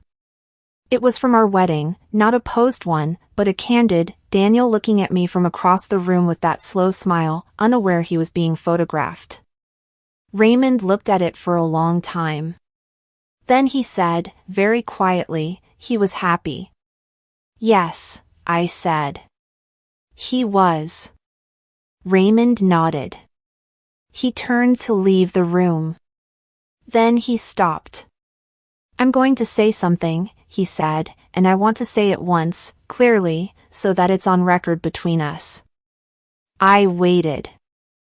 I was wrong, he said. About the house. About coming here the way I came. About the years before that, when I didn't pay the attention I should have.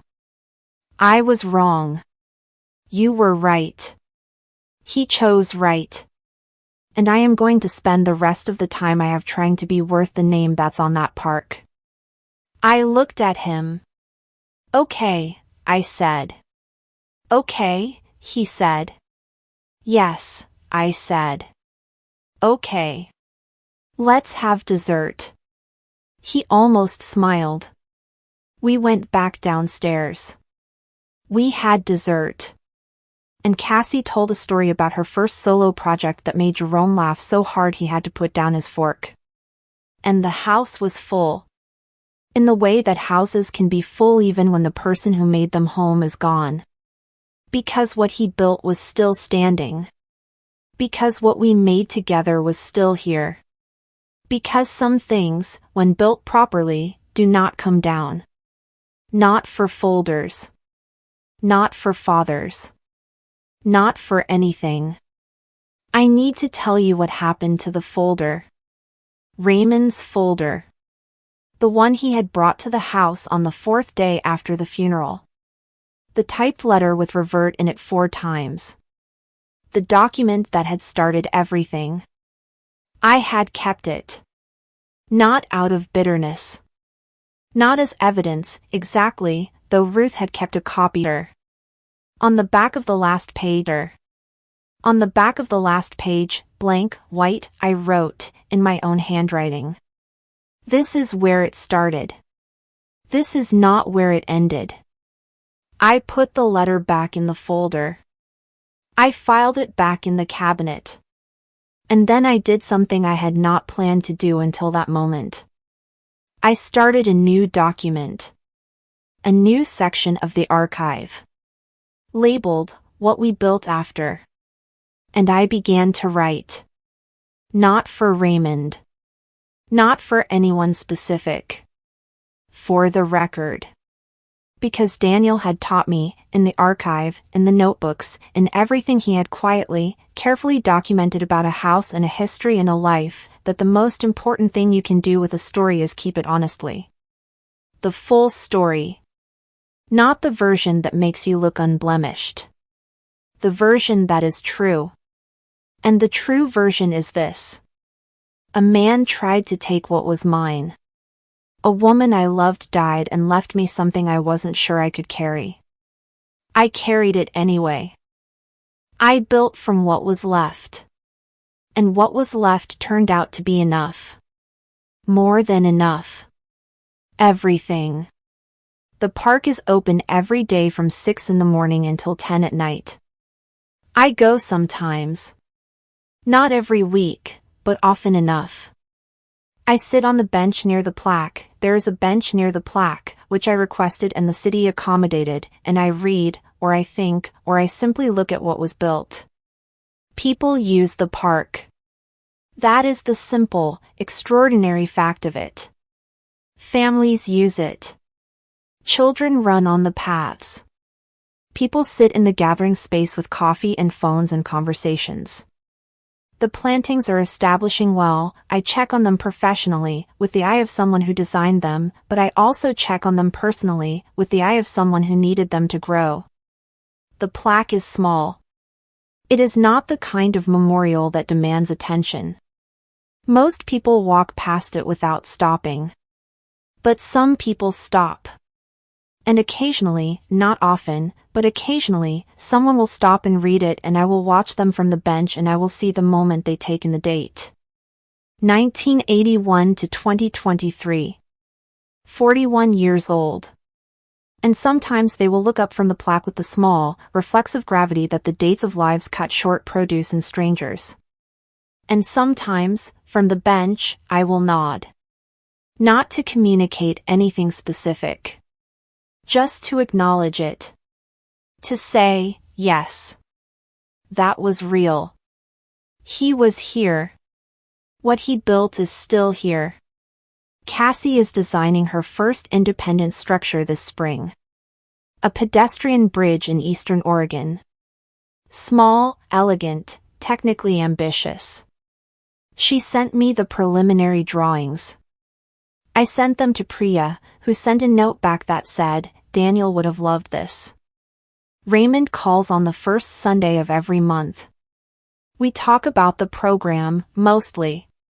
Occasionally about the park. Once, briefly, about Daniel, about a specific memory Raymond had surfaced and wanted to share, tentatively, as if he was not sure he was still allowed to. I told him he was always allowed to talk about Daniel. He went quiet for a moment and then talked for 20 minutes without stopping, and I listened to all of it. This is not a story about revenge. I know that might seem strange to say, given how it began. Given the folder. Given revert. Given the suit he wore to Daniel's kitchen table 4 days after the funeral. But what I found, over the 2 years of this story, is that the truest and most durable form of resistance is not retaliation. It is continuation. It is building so well and so honestly that the thing that tried to stop you becomes, in the end, just one more event in an archive that is much larger than it. Daniel built things to last. I am building things to last. And the people we have touched are building things to last. And Raymond, who came to take something, is now part of what is being built. That is not the ending I would have written. But it is the one that is true. And true endings, I have found, are always stranger and more complete than anything you could have planned. The house is still standing. The park is open. The archive grows. That was story 2. Before we transition into story 3, let me know your views on these questions if what I did was right. I invited Raymond to the mentorship gathering and eventually let him join the fund. A lot of people would never have done that. Do you think I was right to give him access to Daniel's legacy, or should I have kept that boundary permanently? Again. The park plaque reads, "Who built things to last?" I added that line myself. If you had to put one line on a plaque for someone you loved and lost, what would it say? You don't have to share, but if you want to, the chat is open. That one always gets me, the blue folder. Now story 3 is heavier. Your own parents. Your own wedding. The people who were supposed to celebrate you. And the man they dismissed? They had absolutely no idea who he was. Story 2 starts now. My parents had a vision for my wedding before I had a fiancé. I know this because they told me. Repeatedly. From the time I was roughly 14 years old, my mother kept a folder, an actual physical folder, pale blue, with a plastic sleeve on the front, that she called the plan. It contained magazine clippings, printed emails from caterers, a hand-drawn seating chart template, and a laminated list of what she referred to as non-negotiables. The venue was non-negotiable. The guest count, no fewer than 250, was non-negotiable. The dress code, the flowers, the photographer, the band versus DJ question, which she had resolved firmly in favor of a 12-piece band, all non-negotiable. I was not consulted on any of this. I was informed. My name is Elise Hartley. I am 34 years old, and I have spent most of those years being the quiet, sensible, slightly disappointing second daughter of Gerald and Patricia Hartley of Scottsdale, Arizona. My older sister, Vanessa, was the one who understood the plan instinctively, who had absorbed our parents' social ambitions like sunlight and converted them effortlessly into performance.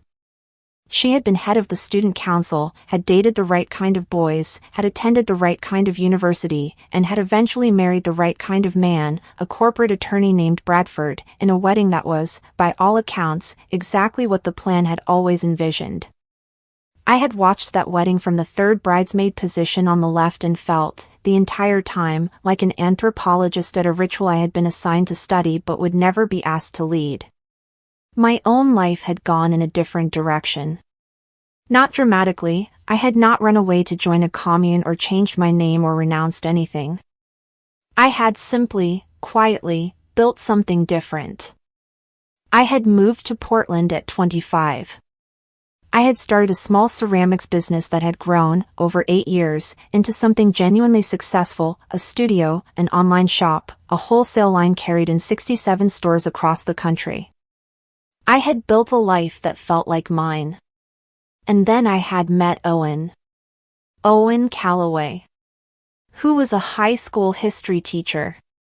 Who drove a 12-year-old truck and cooked elaborate Sunday dinners and read history books for pleasure and had never once, in the 3 years I had known him, tried to be anything other than exactly what he was. I loved him completely. My parents, when they met him, were politely horrified. The first dinner was in November, 2 years before the wedding. We flew down to Scottsdale for Thanksgiving, which I understood in retrospect was perhaps not the ideal setting for a first introduction. The stakes were high, the audience was large, and my mother had spent 3 days preparing food she would inevitably describe as simple. Owen brought wine and a handmade card. He helped clear the table without being asked. He asked my father genuine questions about his work. My father had spent 30 years in commercial real estate, and listened to the answers with what I knew, from the inside, was authentic interest. He was warm with my grandmother. He made my teenage nephew laugh twice before dinner was even served. None of this mattered. What mattered, I understood by the end of the evening, was what Owen was not. He was not a lawyer or a doctor or an executive. He was not from a family my parents had heard of. He did not have a graduate degree from a school that ended conversations. He drove a 12-year-old truck and he taught high school, and he was, by my parents' specific and carefully maintained metric, not the right kind. My mother pulled me aside while Owen and my father were doing dishes. "He's very sweet," she said. The word sweet landed the way it always lands when it's used as a verdict. "He's wonderful," I said. "Of course." A pause. "Is this serious?" "Yes." She looked at me in that particular way she had, not unkind, exactly, but measuring. "Your sister married well," she said. "It opens doors. You understand that." "I understand that you believe that," I said. She straightened a dish towel that didn't need straightening and went back to the kitchen. Owen, when we got back to our hotel that night, asked how I thought it went. "Fine," I said. He looked at me. "They didn't love you," I said. "They were polite. But they didn't love you." He nodded slowly. "That's okay," he said. "I didn't need them to love me tonight." "When do you need them to love you?" I asked. He thought about it. "Never, actually," he said. "I just need you to." I married him 2 years later. And my parents came to the wedding. They just didn't come quietly. Owen and I got engaged on a Tuesday in February. We were at home. In our kitchen. He had made pasta, his grandmother's recipe, which required an embarrassing quantity of butter and took 2 hours and was worth every minute. We were at the table, which still had flour on it from the pasta making, and there were dishes in the sink and the dog was asleep on the couch in the other room. It was not romantic in any staged sense. It was romantic in the specific sense that it was entirely, completely us. He said, "I want to do this forever." "Do you want to do this forever?" I said yes before the sentence was finished. The ring was a thin gold band with a small oval stone, not a diamond, a Montana sapphire, blue-green and slightly imperfect, which we had found together at an antique market the previous summer and which I had quietly pointed at and then immediately walked away from because I hadn't wanted him to feel obligated. He had gone back alone and bought it and kept it for 7 months. I called my mother that evening. She cried. Which I took, for about 45 seconds, as a good sign. Then she started talking. The venue. The date. The guest list. The plan, which had apparently been updated in my absence and now included a specific catering company and a florist she had already consulted with twice just to keep the relationship warm. She talked for 22 minutes. She mentioned Owen by name once, in the context of whether he had any family connections on his side that we should factor in. I told her we were planning something smaller than the plan. Something more personal. She said, "How small?" 60 people, I said. Maybe 70. Silence. 60, she repeated. We want it to feel intimate, I said. We want it to actually be about us. More silence. Then, "I'll talk to your father." That conversation, I knew, was the sound of the first stone being dropped into still water. The ripples were already spreading. The campaign began gradually, then all at once. My mother's first approach was informational. She sent me articles, forwarded emails, really, from wedding planning websites, about the hidden costs of small weddings and the social importance of inclusive celebrations. She mentioned, in passing phone calls, that she had spoken to Aunt Rosemary about the date and that Aunt Rosemary had already cleared her schedule. She told me that Bradford's family, my sister's in-laws, would be hurt not to be included, implying that my wedding was somehow a diplomatic event that required managing international relations I had not known I was responsible for. My father was quieter but more pointed. He called once, specifically, to tell me that weddings were an investment in your social infrastructure and that 60 people was a missed opportunity. He used the phrase missed opportunity 3 times in that conversation. He was a real estate man to the core. My sister Vanessa texted me a photograph of her own wedding and the caption, "Just saying." I did not respond to the photograph. Then came the escalation. My mother called on a Sunday and said, with the careful precision of someone who has been rehearsing, "Your father and I have been talking. We want to contribute to the wedding. We'd like to cover the venue, and in exchange." "There's an in exchange," I said. "We'd like the opportunity to include our list." "How many people are on your list?" A pause. 170. I said nothing for a moment. "Mom," I said finally. "We are having 60 people. Maybe 70. That is not a negotiation. That is our decision. But if we're contributing, then contribute without conditions," I said. "Or don't contribute." But the guest count is not changing. The phone call ended shortly after that. 3 days later, my mother sent me a card in the mail. A card. With a stamp. Which is how I knew things were serious. The card said, in her careful handwriting, "We love you and we want this to be everything you deserve. But we are worried this will be a disappointment. We hope you'll reconsider." I put the card on my studio workbench and looked at it while I worked for a week. Then I made my decision. Owen and I chose a farm. Not a venue that described itself as a farm. An actual working farm, 200 acres of lavender fields and old-growth oak outside Dundee, Oregon, owned by a woman named Harriet who had been growing flowers commercially for 30 years and rented out her property for events she'd personally approved of. She interviewed us before she agreed to host us. She served us tea. She asked Owen what he taught and then talked to him for 40 minutes about a particular Civil War battle she had always found misrepresented in popular history. I sat there watching him light up and knew we had found the right place.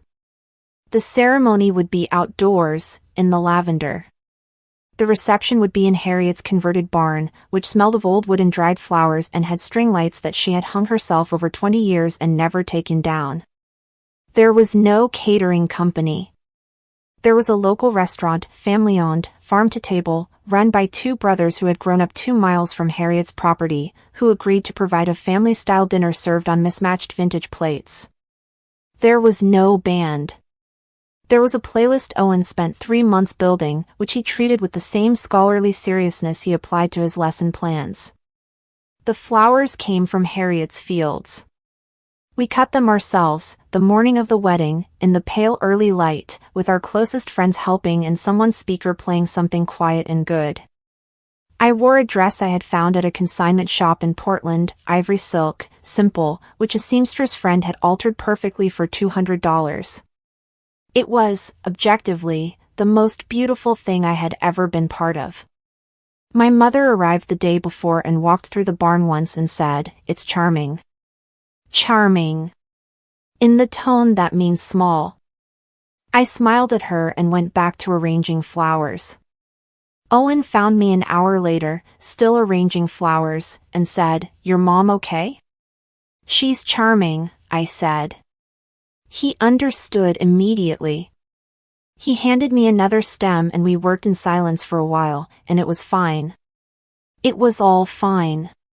Until the morning of the wedding, when everything went sideways in a way I had not anticipated, and which changed what the day became in ways I still think about. My mother found me at 7 in the morning. I was in Harriet's kitchen, in a robe, eating toast and trying to be calm. My best friend Ren was with me, doing a very good job of making the morning feel manageable. My mother came through the back door in her travel robe, holding her phone, and I could tell from the particular set of her expression that something had happened, not a practical emergency, but the kind of emotional emergency that comes from a decision that has been building for weeks and has finally crystallized. She sat down across from me. "Your Aunt Rosemary is not coming," she said. I looked at her. Okay. She was insulted by the guest count, my mother said. She said she heard from other people in the family that we were keeping it small and she felt it was a deliberate slight. Aunt Rosemary was never on our list, I said carefully. We told you that in March. She expected to be invited. I understand that. I'm sorry she's hurt. But she wasn't on our list. My mother looked down at her phone. Then back at me. Your father said something last night, she said, that I have been trying not to repeat. But I think you should know. I waited. He said, she stopped. Started again. He said he was embarrassed. To tell people the details. About the farm and the small list and the... She gestured vaguely. He said it didn't reflect well. The kitchen was very quiet. Ren, next to me, had gone very still. I looked at my mother. Dad said he was embarrassed by my wedding. She didn't answer, which was its own answer. I took a slow breath. Okay, I said. I stood up, took my toast, and walked back to the room where my dress was hanging. Ren followed me. She closed the door. She looked at me. Are you okay? She said. I'm getting married today, I said. That's what I'm doing today. She hugged me. I let her. And then I put on my dress, and I walked into the lavender field, and I married Owen Calloway. And the day was extraordinary. But what my father didn't know, what neither of them knew, was what was about to happen at the reception. The ceremony was 23 minutes long. I know the exact time because Owen had specifically requested that it be under half an hour. I want people to feel joy, not endurance, he had said to our officiant, a friend named Marcus who had been ordained online specifically for this occasion and had taken the responsibility with touching seriousness. We said our own vows. Owen's made me laugh in the first 30 seconds and cry in the last 30. Mine were, by my own assessment, too long, but no one seemed to mind. Harriet, who was sitting in the third row, cried openly and made no attempt to conceal it, which I found enormously comforting. My parents sat in the front row. My father's face was controlled, the particular careful blankness of a man managing his reaction. My mother's was softer. By the end, she was crying. Not the resistant kind of crying. The actual kind. The reception began in the barn at noon. The long tables were set with wildflowers and candles and those mismatched vintage plates. The brothers from the restaurant had arrived at dawn and the barn smelled of something slow-roasted and extraordinary. Ren had made the cake herself, 3 tiers, lemon and elderflower, decorated simply with sprigs from Harriet's garden, and it was the most beautiful thing I had ever eaten.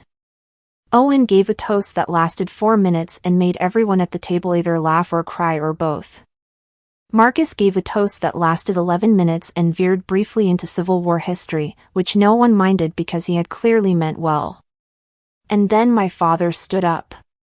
He had not told me he was going to speak. There was no program. He simply stood, picked up his glass, and the table went quiet in the way that rooms go quiet when a person of a certain authority stands and holds a glass.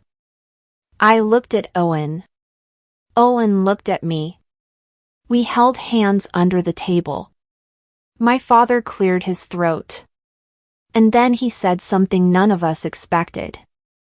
I owe my daughter an apology, my father said. The table went very quiet. He is not a man given to apologies. Gerald Hartley spent 30 years in commercial real estate making decisions and standing behind them, and the architecture of his personality was not built for revision. I had heard him apologize perhaps 4 times in my life, and 3 of those had been to business contacts. He looked at me from the end of the table.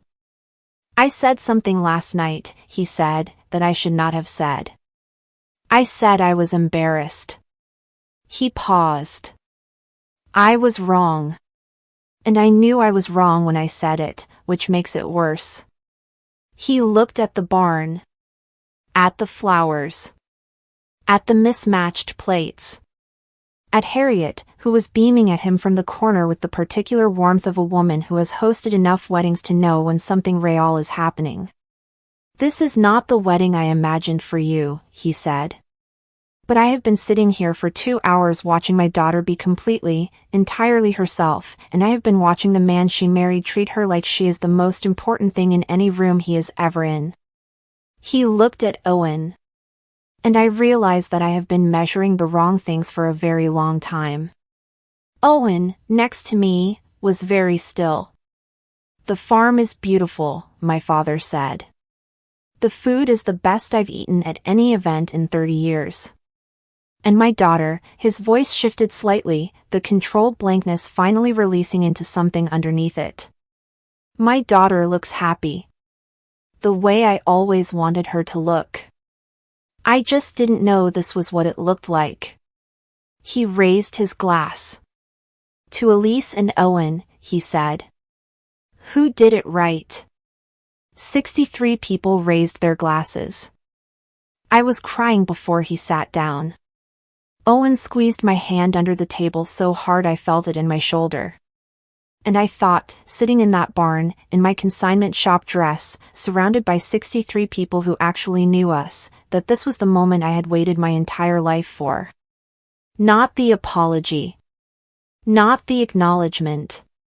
The feeling of being seen clearly, by someone who had been looking away, finally choosing to turn and look. But the story wasn't over. Because what happened next, what my parents were about to discover about who Owen and I actually were, that changed everything in a way no one at that table was prepared for. I need to tell you something I had not told my parents.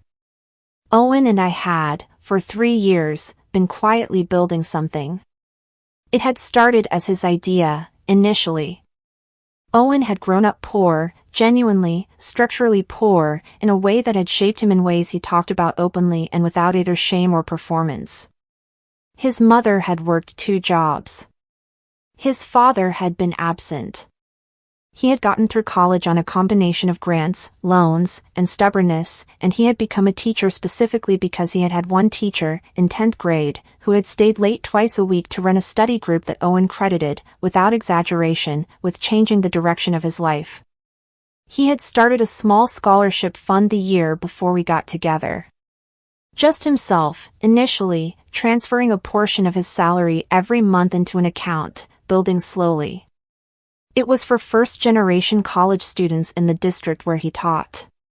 No formal organization. No board. Just Owen, and a spreadsheet, and a conviction.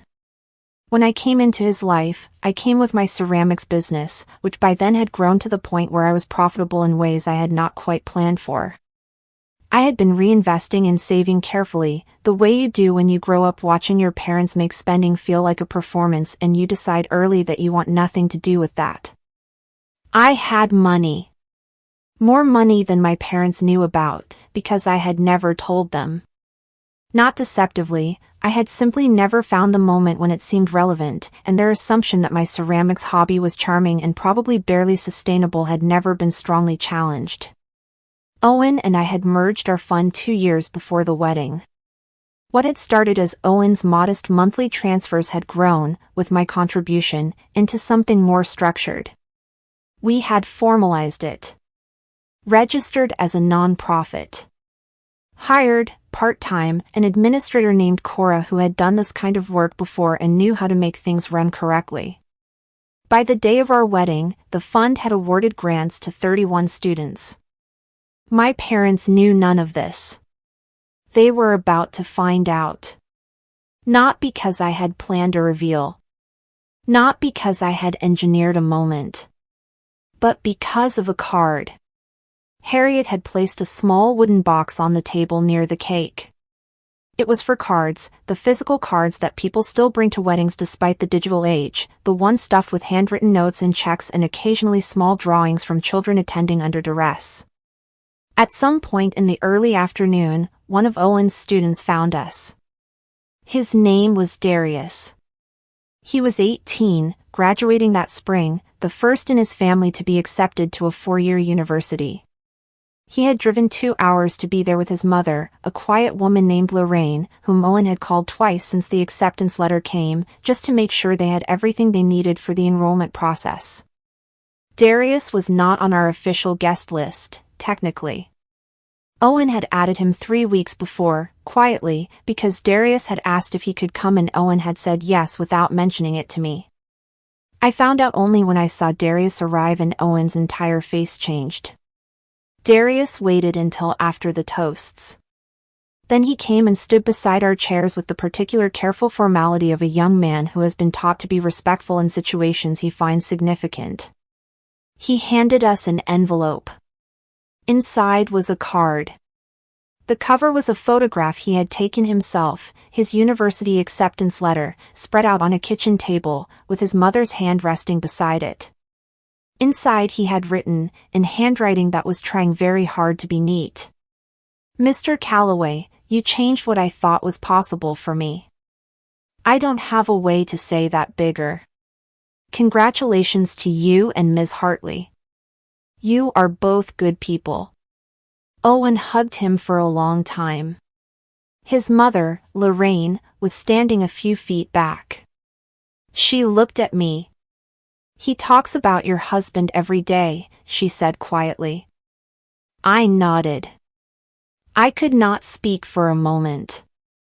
My mother was watching from across the table. I saw the moment her expression changed. She had questions.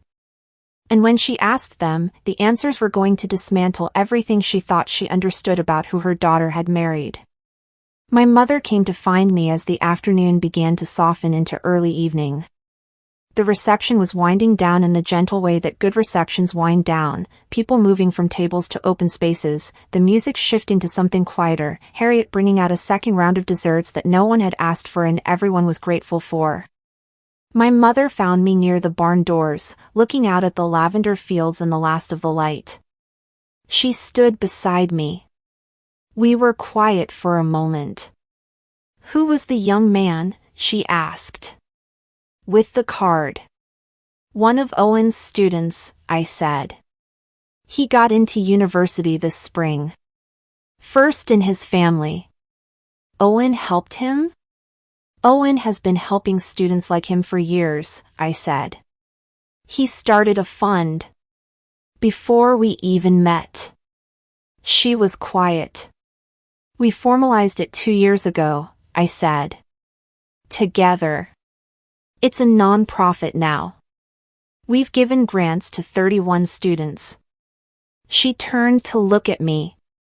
"You never told us," she said. "You never asked about Owen's work," I said. Not accusingly. Just factually. "You knew he was a teacher. You knew that, to you, meant a certain thing. I didn't think the scholarship fund would change the category he was in for you." She was very still.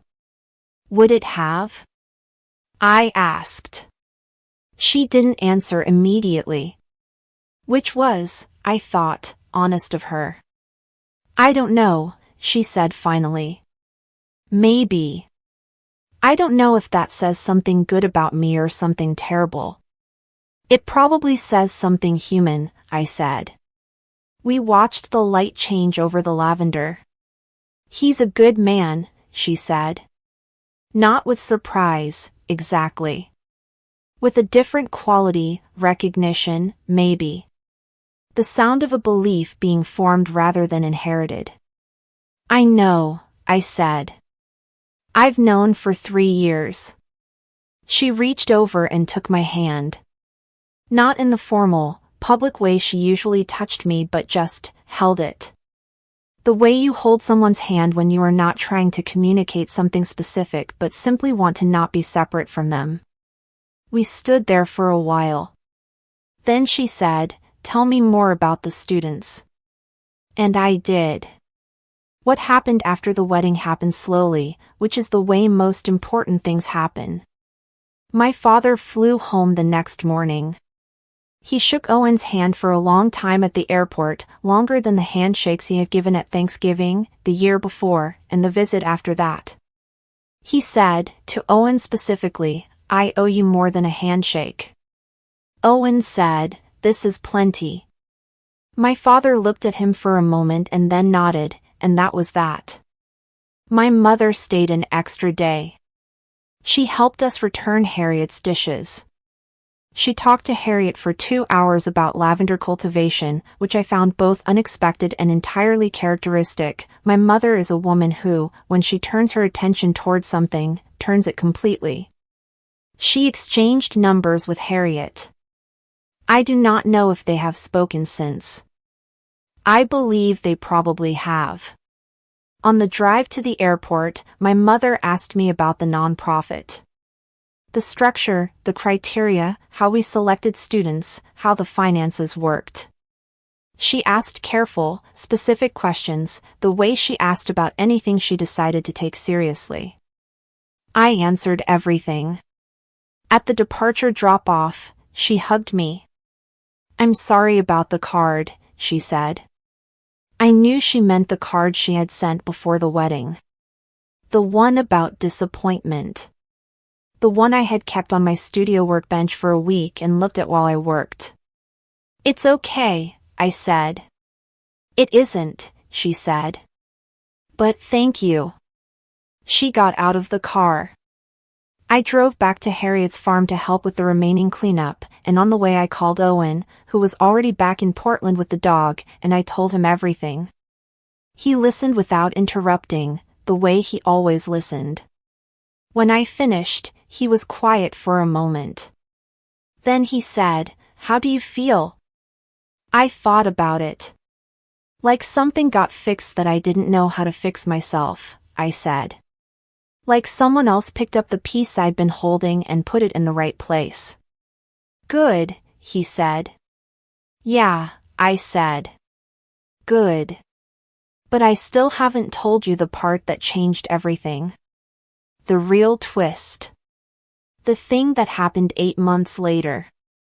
The thing that none of us saw coming." In February, 6 months after the wedding, my father called me. Not to talk about the wedding. Not to revisit anything. He called me on a Tuesday afternoon, which was unusual because he typically called on Sundays, and he said, "I've been doing some thinking." My father doing some thinking is not a casual statement. He is a deliberate man. When he says he has been thinking, he means he has been thinking about something specific, for a specific amount of time, toward a specific conclusion. About? I said. The fund, he said. I waited. Your mother told me the details, he said. After the wedding. I've been looking at the structure, the criteria, the gap between what you've been able to fund and the demand you're seeing. He paused. I've been in commercial real estate for 30 years. I know how to build things that scale.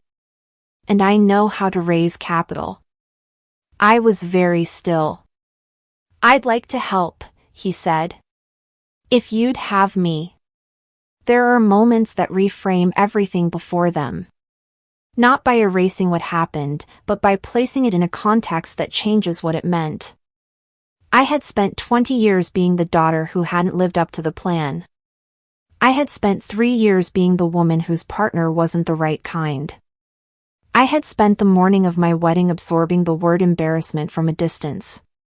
And now my father was on the phone asking to help us build something. I said, I'll talk to Owen. Owen, when I told him, went quiet in his thinking way. Then he said, real estate guys know how to read a room. Sometimes literally. And we do need space. We had a meeting 2 weeks later. All 3 of us, me, Owen, my father, at a coffee shop in Portland. My father came with a yellow legal pad and 2 pages of notes. He asked Owen questions for 90 minutes. Owen answered everything with the same directness he brought to his classroom. At the end, my father said, "This is good work." I want to be part of it. Owen said, then you're part of it. They shook hands. I watched my father and my husband shake hands over a coffee shop table on a rainy Tuesday in February, and I thought about the Lavender farm, and Darius's card, and Lorraine's quiet words, and my mother holding my hand at dusk. I thought, this is what it looks like when things repair themselves. But I still have not told you the twist. The twist came from Vanessa. My sister. The one who had always understood the plan. The one with the 270-person wedding and Bradford the corporate attorney and the house in the right neighborhood and the life that looked, from every external angle, exactly right. She called me in March. 9 months after the wedding. On a Sunday, which meant she had been building toward it for a while. I need to talk to you about something, she said. Okay, I said. Bradford and I are separating. I was quiet. He's been having an affair, she said. Not with dramatic emphasis. With the tired, flat delivery of someone who has known something for long enough that the shock has converted entirely to exhaustion. For about 2 years. I found out in December. Vanessa, I said. I'm fine, she said, in the tone that means I am not fine, but I have decided to lead with this because it is more manageable. I'm handling it. I have a lawyer. What do you need? A pause. I don't know yet, she said. I think I just needed to tell someone who I knew would be honest with me. I'll always be honest with you. I know. Another pause. Can I come visit? Yes. Whenever. She came 2 weeks later. She stayed for 5 days. She slept in our guest room and ate Owen's Sunday dinners and sat with me in the studio while I worked, not talking much, just being in the same space. One afternoon she helped me throw clay for 2 hours, which she had never done before, and she was terrible at it in a way that made her laugh for the first time since she arrived. On her last evening, she said, "Your life looks nothing like what I thought I wanted. And it's the most real thing I've ever been inside." I looked at her. I wasted so much time on the plan, she said. You didn't waste it, I said. You lived it. That's different. She thought about that. I want something different, she said. I don't know what yet. That's okay, I said. You don't have to know yet. Owen came in from the kitchen and set down 2 mugs of tea without saying anything, the way he always knew when to appear and what to bring. Vanessa watched him leave the room. He's good, she said quietly. I know, I said. Mom and Dad know it too, she said. They just needed to see it from the right angle. She flew home the next morning. And what happened in the months after that, what Vanessa did with her life, and how it crossed back into ours, and what my parents finally understood, that is the real end of this story. Vanessa's divorce took 11 months and was, by all accounts from the people close to it, handled with extraordinary grace on her part and considerably less grace on Bradford's. I am not going to detail the specifics because they are hers, not mine, and she has made her own peace with them in her own time. What I will tell you is that by the time it was finalized, she had made several decisions that surprised everyone who thought they knew her. She did not stay in Scottsdale. She moved to Portland. She did not find another corporate attorney or a financial executive or anyone from the category of person the plan had always implied was correct. She found, instead, a stillness in herself that I had not seen before, a quality of knowing what she actually wanted that seemed to have been buried under years of very precise performance and was now, with that performance dismantled, visible. She got a job at a non-profit. Not ours, a different one, focused on affordable housing. She started from a position considerably below what her resume might have suggested, because she wanted to learn rather than lead, and she threw herself into it with the same intensity she had once applied to executing the plan, except that now the plan was hers. She lived 10 minutes from us. We had dinner together on Sundays. Owen cooked. Vanessa and I washed up. We talked about everything, her work, our fund, my studio, what my parents were doing, what we thought about, what we were afraid of, what we wanted the next 10 years to look like. We became, for the first time in our adult lives, actually close. My mother came to visit twice that year. She sat at our table both times, watching Vanessa and me together, and I could see her recalculating, not painfully, but genuinely, the way intelligent people recalculate when the data changes and they are honest enough to let it. My father joined the advisory board of our fund. He raised $60,000 in the first 6 months through his professional network. He came to every board meeting via video call from Scottsdale, on time, with his legal pad. And one evening, during one of those Sunday dinners, he said, addressing the table rather than anyone specifically, I was wrong about what mattered. I want to be on record about that. Owen said, noted. On the record. My father laughed. I do not know if I had ever heard my father laugh at a table like that before, genuinely, warmly, without performing it. It was a good sound. But I still owe you the final twist. The one that makes everything fold back on itself in a way I could not have scripted. Darius graduated in May.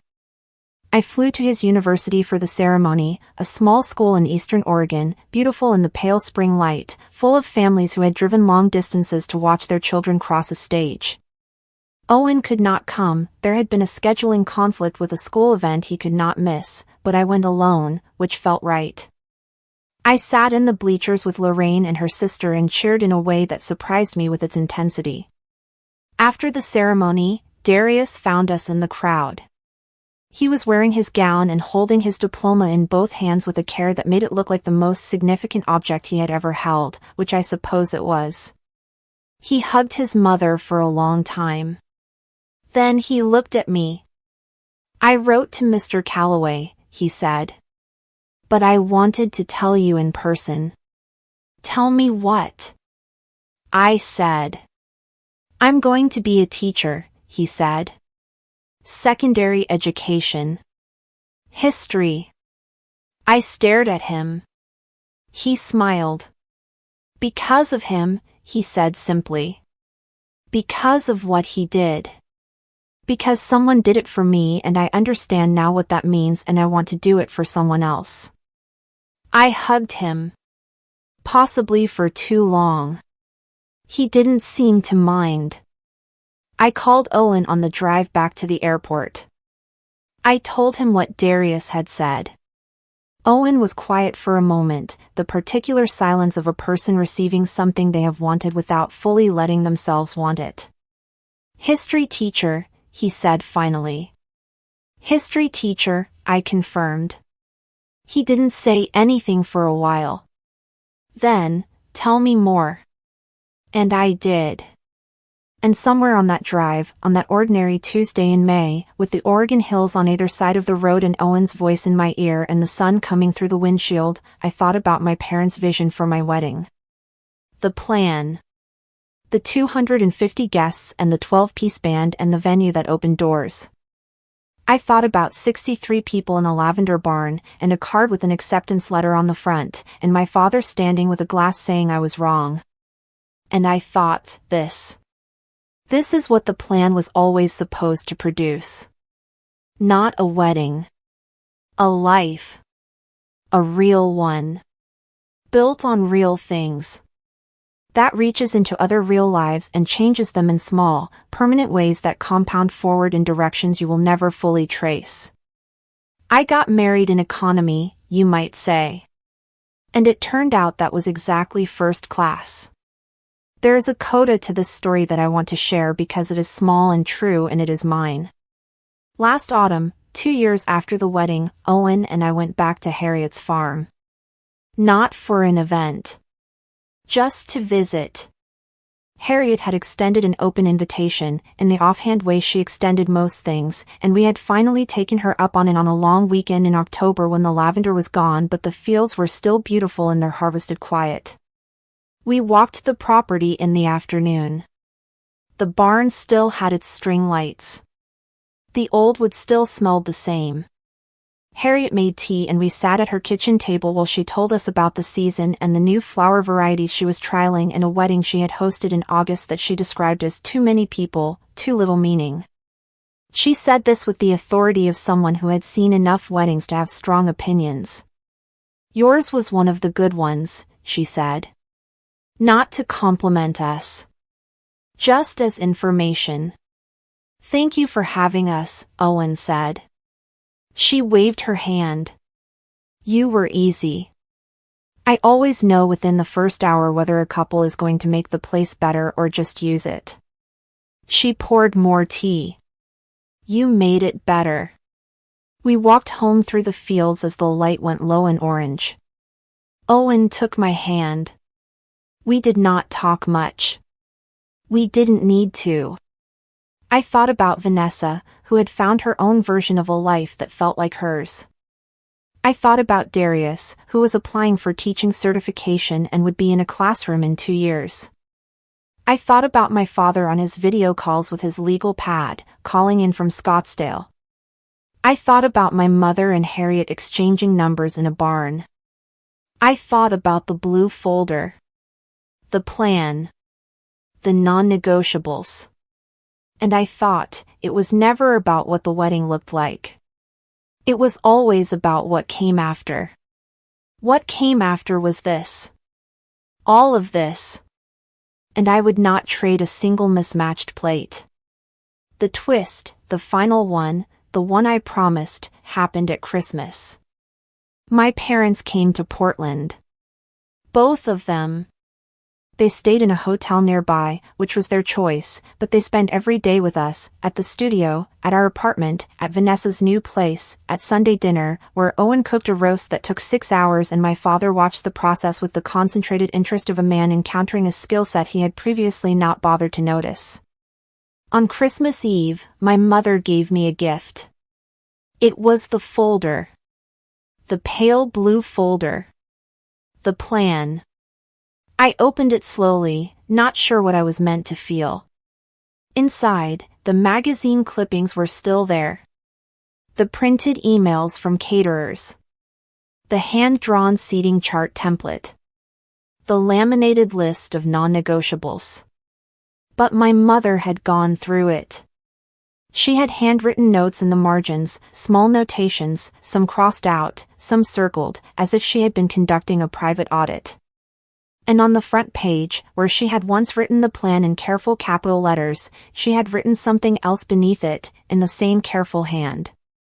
What I actually wanted for her, happiness. Chosen freely. With someone who sees her. I looked up at her. She was watching me with the contained expression she wore when she was being careful with something. I've had that folder for 20 years, she said. I think you should have it now. I held it for a moment. Then I looked at Owen, who was in the kitchen with my father, the two of them arguing mildly about whether a roast needed more time, my father gesturing with the meat thermometer and Owen shaking his head patiently. I looked at Vanessa, who was on the couch with a glass of wine and her feet tucked under her, laughing at something on her phone. I looked at the folder. Thank you, I said to my mother. She nodded. Merry Christmas, she said. Merry Christmas, I said. And that was the end. The real end. The end that looked like a beginning. I need to tell you what I did with the folder. I kept it for 3 months. It sat on my studio workbench, the same workbench where I had once kept the card my mother sent about disappointment. I looked at it while I worked, the way I had looked at that card. Trying to understand what it meant to me. What I wanted it to mean. In March, I brought it to a board meeting. Our fund, Owen's and mine, and now my father's in a supporting role, had grown. 31 students had become 47. We were in the process of expanding into 2 neighboring school districts. We had begun to receive small donations from former recipients who were now employed and wanted to give back. We had been written up in a Portland nonprofit journal. My father had framed the article. At the board meeting, I put the folder on the table. I told the story. The full version. The plan. The non-negotiables. The way I had grown up understanding that worth was something assigned by external markers. The way that belief had been slowly, imperfectly, humanly dismantled over the past 3 years. And then I read what my mother had written on the front page. What I actually wanted for her, happiness. Chosen freely. With someone who sees her. I looked around the table. Cora, our administrator. 2 educators from the district. A community foundation representative. My father, on video call. This is why we do what we do, I said. Not because we're trying to produce outcomes. Not because we're building resumes or opening doors. But because we're trying to give people. My father, on the screen, had his legal pad in front of him. He was not writing. He was just listening. That, I think, was the moment the folder became something other than a document. It became a reason. The reason we built it. The reason we kept going. The reason it mattered. And somewhere, in that small, improbable loop of a story that began with a folder of magazine clippings and ended with a scholarship fund and a family learning, slowly, painfully, and then finally, how to see each other clearly. I found the only plan that had ever actually been worth following. We are planning our 5th anniversary trip. Owen wants to go somewhere with significant Civil War history because of course he does. I want to go somewhere with good ceramic markets because of course I do. We will probably compromise on something that has both, which will mean we have both argued our way into exactly where we were always going to end up. Darius starts his teaching certification program in the fall. He sent us a photograph of his acceptance letter, the second one, which arrived in an envelope addressed to Mr. Calloway, care of our home address. He wrote on the back, full circle. Vanessa was promoted at her nonprofit last month. She called me from a parking lot to tell me, crying in the good way, the surprised way, the way you cry when something happens that you wanted so much you had stopped letting yourself want it. My father calls every Sunday now. Not just me, he calls Owen too, separately, about fund business, and then they somehow end up talking about history for 45 minutes, and I find this so improbable and so perfect that I have stopped questioning it. My mother sent me a photograph last week. It was of the lavender field at Harriet's farm. She had, in fact, stayed in touch with Harriet, and Harriet had sent it. October light.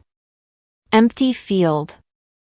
The barn in the background, lights not on, door open. She sent it with no message. She didn't need to. I know what she meant. She meant, this is still beautiful. Even without the flowers. Even in the off-season. Even in the quiet version, the one no one photographs for magazines. The plan, the real plan, the one that was always underneath the blue folder, was never about the wedding. It was about this. The ordinary Tuesday dinners. The arguments about roast timing. The video calls with legal pads. The parking lot cries. The full circle letters. The life. The whole, real, ongoing, imperfect, irreplaceable life. I got married in a lavender barn with 63 people and mismatched plates and a dress that cost $200. My parents called it charming. I call it everything. That ends story 3. Before we transition into story 4, let me know your views on these questions if what I did was right. My father said he was embarrassed by my wedding before it even happened, and then stood up mid-reception and apologized publicly. Do you think his apology was genuine, or was it just the emotion of the moment? Again. My sister Vanessa had the perfect wedding, the right husband, the approved life, and it all collapsed. Does society put too much pressure on women to choose the right kind of partner over the right partner?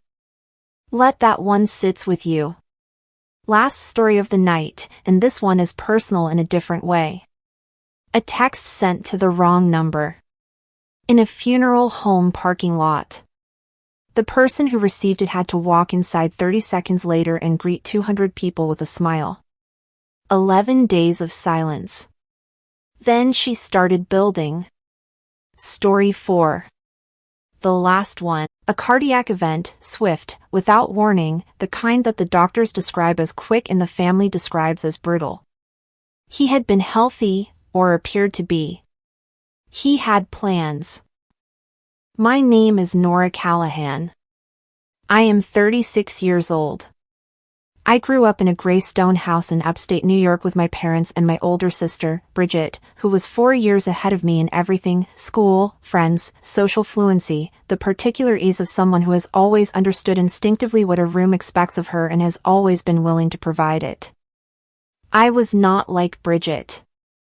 I was quieter, more interior, more interested in the work than the performance of the work. I had spent the previous 7 years building a small consulting practice in environmental science, water systems, land use, remediation projects that had grown to the point where I worked with municipal governments and regional authorities across 4 states. I was, by any reasonable measure, doing well. I was also, until 6 months before my father died, engaged. His name was Marcus Cole. And my sister had been sleeping with him for 8 months before I found out. I found out at my father's funeral. I want to tell you how I found out, because the how matters to the story. It was not a confrontation. It was not a dramatic revelation. It was a text message, sent to the wrong person, which is perhaps the most contemporary possible form of betrayal, the slip of a thumb that unravels everything. Marcus had meant to text Bridget. He texted me. The message said, "I can't do this much longer. Tell me we're doing the right thing." I read it 3 times. I was standing in the parking lot of the funeral home, 30 minutes before my father's visitation was scheduled to begin. I was wearing the black dress I had bought 2 days earlier, still holding my phone, still in the particular stunned suspension of a person who has been processing grief for 4 days and whose capacity for additional information is already at its absolute limit. I read it 3 times. Then I typed back, "This is Nora." The response took 4 minutes. Then, "I'm sorry. I'm so sorry. I don't know what to say." I put my phone in my bag. I went inside. I sat in the front row next to my mother and I held her hand and I greeted 200 people who had come to remember my father and I said thank you for coming and he was a wonderful man and yes we will miss him terribly and yes it was very sudden and no we are all doing as well as can be expected. Marcus was there. He stood near the back for most of the visitation. He did not approach me. Bridget was there too, wearing a dress that was slightly too fitted for a funeral, which I had noticed and filed away and then forgotten about because I had been filing things away about Bridget for years and the cabinet was full. She hugged me at the entrance. "I'm so sorry, Nor," she said. "Thank you," I said. She held the hug a beat longer than necessary. I let her. And then the visitation proceeded and my father was lowered into the ground the next morning and I stood at the grave with my mother on one side and Bridget on the other and Marcus somewhere behind me and I thought, I know. I know exactly what has happened and I know exactly who these people are. And I thought, not today. Not at this grave. Not today. I said nothing for 11 days. 11 days in which Marcus called 4 times and I let it go to voicemail. In which Bridget texted twice with careful, sympathetic messages about grief and family and how she was there if I needed her. In which my mother, who knew nothing, called every evening and talked about logistics, thank you notes, estate paperwork, what to do with my father's study. I used those 11 days. I was not idle. I was not simply waiting. I was doing what I had always done in difficult professional situations, which was gather information, verify it, and prepare my position before I opened my mouth. Marcus and I had a joint account, not our primary accounts, but a savings account we had opened together 18 months earlier with the stated intention of saving for a house. There was $43,000 in it. We both had access. He had not touched it. I withdrew my portion, exactly half, which was what I had contributed, which I had documented, and moved it to a separate account. I consulted a lawyer. Not for litigation, there was nothing to litigate, but for the simple adult sanity of knowing exactly where I stood. She confirmed what I already knew: the engagement was not a legal contract, the joint account was separable, and I had no obligations to either Marcus or Bridget beyond the ones I chose. I made a list. It was a practical list, not an emotional one. Shared streaming subscriptions. Shared storage units. The box of my things at Marcus's apartment. Items at my own apartment that were his. Small financial entanglements easily resolved. I resolved each one. And then, on the 11th day, I texted Marcus. I said, I'm ready to talk. Come to the apartment at 7. He came. And when he sat across from me at my kitchen table, in the apartment we had planned to give up in 6 months to move somewhere bigger, I looked at him clearly for the first time since the parking lot of the funeral home. He looked terrible. Which, I noted, was at least the appropriate response to what he had done. I told him what I knew. I told him what I had done. I told him that the engagement was over, that I had already begun the practical untangling, and that I had one question. How long? I said. 8 months, he said. 8 months. Before the engagement. While the engagement was being planned. Through our engagement party, which Bridget had attended and given a toast at. I said nothing for a moment. Then I said, leave your key on the table. He did. He left. I locked the door. I called my best friend, a woman named Deirdre who had been my closest friend since graduate school and who was, at that moment, exactly who I needed. She came over. I cried for approximately 4 hours. Then I stopped. And then I started building.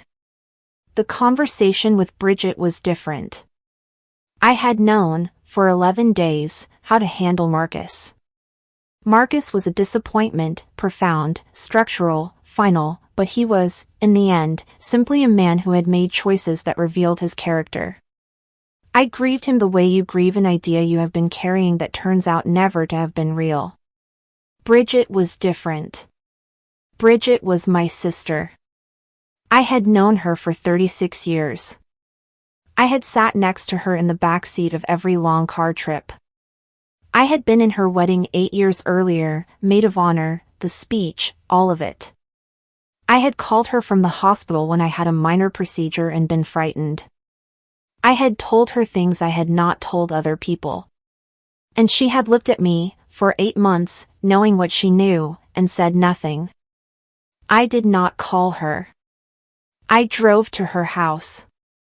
She was home. Her husband, Patrick, was not. He was at work, which I had checked, because I did not want him present for this conversation. Her 2 children were at school. She opened the door and saw my face, and I watched her decide, in real time, how to play it. She had options: pretend she didn't know I knew, come out swinging, or collapse into apology. She chose, predictably, the middle path, a kind of preemptive contrition designed to control the narrative before I could. Nora, she said. I've been wanting to call you. I've been. Don't, I said. She stopped. I'm not here for an apology, I said. I'm here so that you know exactly where we stand. I know everything. I've ended the engagement. I've handled the practical pieces. You don't need to manage me. She looked at me. You're not going to yell at me? She said. No, I said. You're not going to. I'm going to tell you one thing, I said. And then I'm going to leave. And you are going to think about it for as long as you need to. She waited. You did this at Dad's funeral, I said. You stood at his grave with me and you knew. That is what I'm going to remember. Not Marcus. Not the 8 months. That moment. At the grave. Her face changed. Nora. That's all, I said. I left. I drove home. And I began the process of figuring out what my life was going to look like now.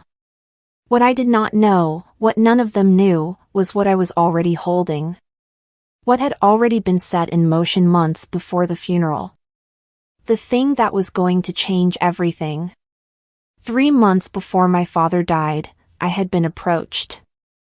I want to set this up properly because the timing matters and I do not want you to think I am overstating its significance. It felt significant at the time. It feels more significant in retrospect, as these things often do. A regional water authority in upstate New York, one of the largest in the state, managing water systems for 11 counties, had been looking for a new director of environmental compliance. It was a senior position, a significant one, the kind of role that comes with public accountability and a corresponding level of professional visibility. They had been conducting a search for 8 months. They had gone through a formal process. And through a combination of my published work, a referral from a former client, and a presentation I had given at a water management conference the previous autumn, they had reached out to me directly. The salary was 3 times what I was earning in private consulting. The scope was larger than anything I had worked on before. The office was 40 minutes from the gray stone house where I had grown up, where my mother now lived alone. I had been in quiet conversations with them for 6 weeks when my father died. The process had been paused, they had been courteous, patient, entirely understanding, but not abandoned. 2 weeks after I ended my engagement, I called them back.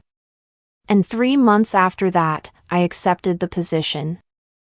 I did not tell Bridget. I did not tell Marcus. I had not spoken to either of them since those 2 conversations. I had told my mother, who had cried with relief because it meant I would be nearby and because, I think, she understood that I needed to be near something solid. I moved into a rental near the office. I started the job in October. And the thing I had been holding, the thing that had been set in motion before any of this, before the funeral, before the text message, before the grave, was about to become visible. Not in a dramatic way. In the specific, quiet, devastating way that certain kinds of truth tend to surface. At Christmas. In the gray stone house. At my mother's table. My mother insisted on Christmas. She was not a woman given to insistence as a rule, she had always been the softer, more accommodating of my parents, the one who smoothed and deferred and made room.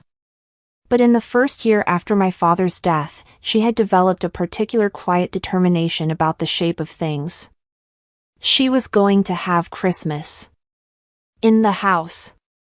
With her daughters. I understood this. I also understood what it meant. Bridget would be there. Bridget and Patrick and their 2 children, aged 7 and 4, who were entirely innocent of everything and deserved a Christmas. I agreed to come. What I did not do was tell Bridget that I had moved back to the area. I had not hidden this, I had told my mother, who I trusted to keep things until the right moment, and my mother had done so.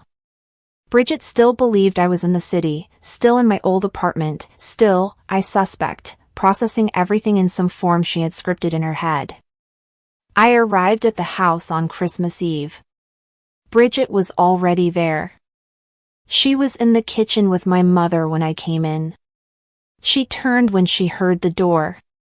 She had clearly been expecting the particular look of a person who has traveled from the city, someone slightly tired, slightly travel-worn, arriving with bags from a long drive. I was not that. I had driven 40 minutes. I was entirely composed, wearing a coat I had bought for the new job because it was the right weight for the climate and looked professional in a way that my previous one didn't, and carrying a bottle of wine from a vineyard near the office that had been recommended to me by a colleague. Bridget looked at me. "You look," she stopped. "Good?" I offered. "Different," she said. I moved back, I said. "Simply as information." She blinked. "To here? Upstate?" "I took a position with the Regional Water Authority," I said. "I started in October." She stared at me. My mother, from the stove, said nothing. She had known. She was watching the pot. "You're working here?" Bridget said. "Yes," I said. "Since October," she said. "Yes." She opened her mouth. Closed it. I put the wine on the counter and went to hug my mother. And the Christmas dinner that followed was the most interesting one I had attended in many years. Because that was the night Bridget made a remark. And that was the night I introduced the room to something none of them expected. Bridget's remark came after dinner, during the particular loosened-up hour when the children had been put to bed and the adults were at the table with the remains of dessert and a second bottle of wine that Patrick had opened with the cheerful obliviousness of a man who had only a partial understanding of the dynamics in the room. My mother had gone to get something from the kitchen. Patrick was clearing plates. It was just Bridget and me at the table for approximately 90 seconds, and Bridget, who had been careful all evening, who had been treating me with the calibrated warmth of someone managing a situation, said something I was not prepared for.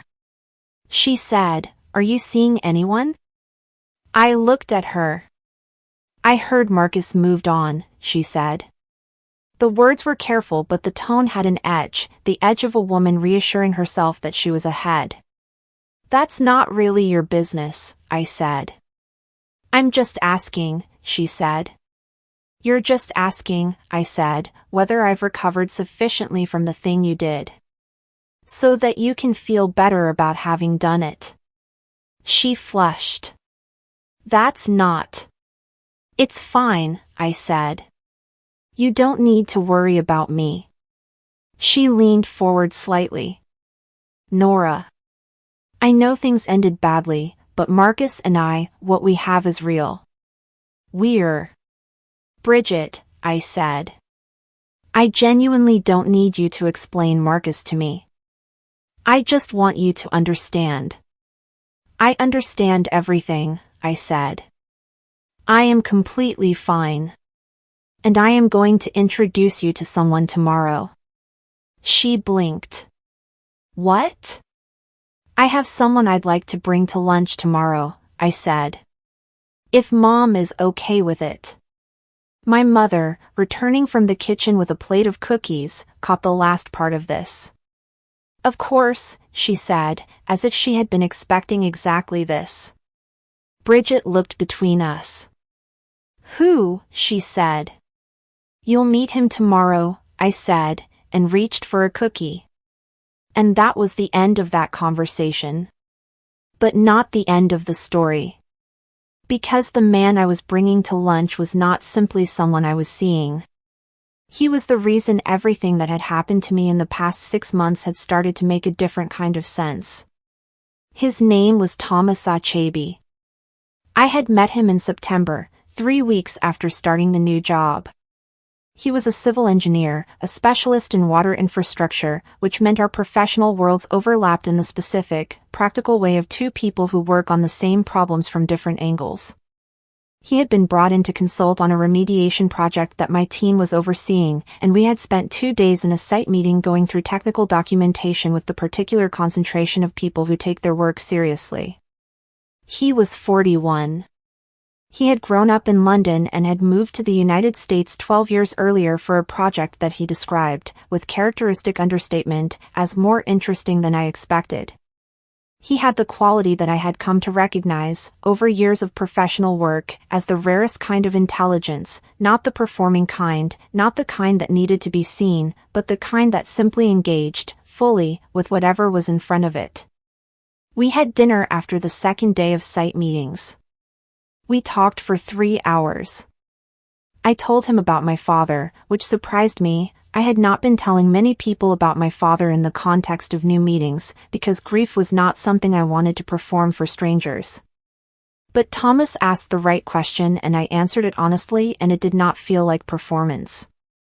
He told me about his mother, who had died 4 years earlier and who he still talked about in the present tense in certain contexts, which I recognized and which made me trust him. We had been seeing each other for 3 months by Christmas. I had not told Bridget because I had not spoken to Bridget in any meaningful way since the conversation at her door. I had not told Marcus because I had not spoken to Marcus at all.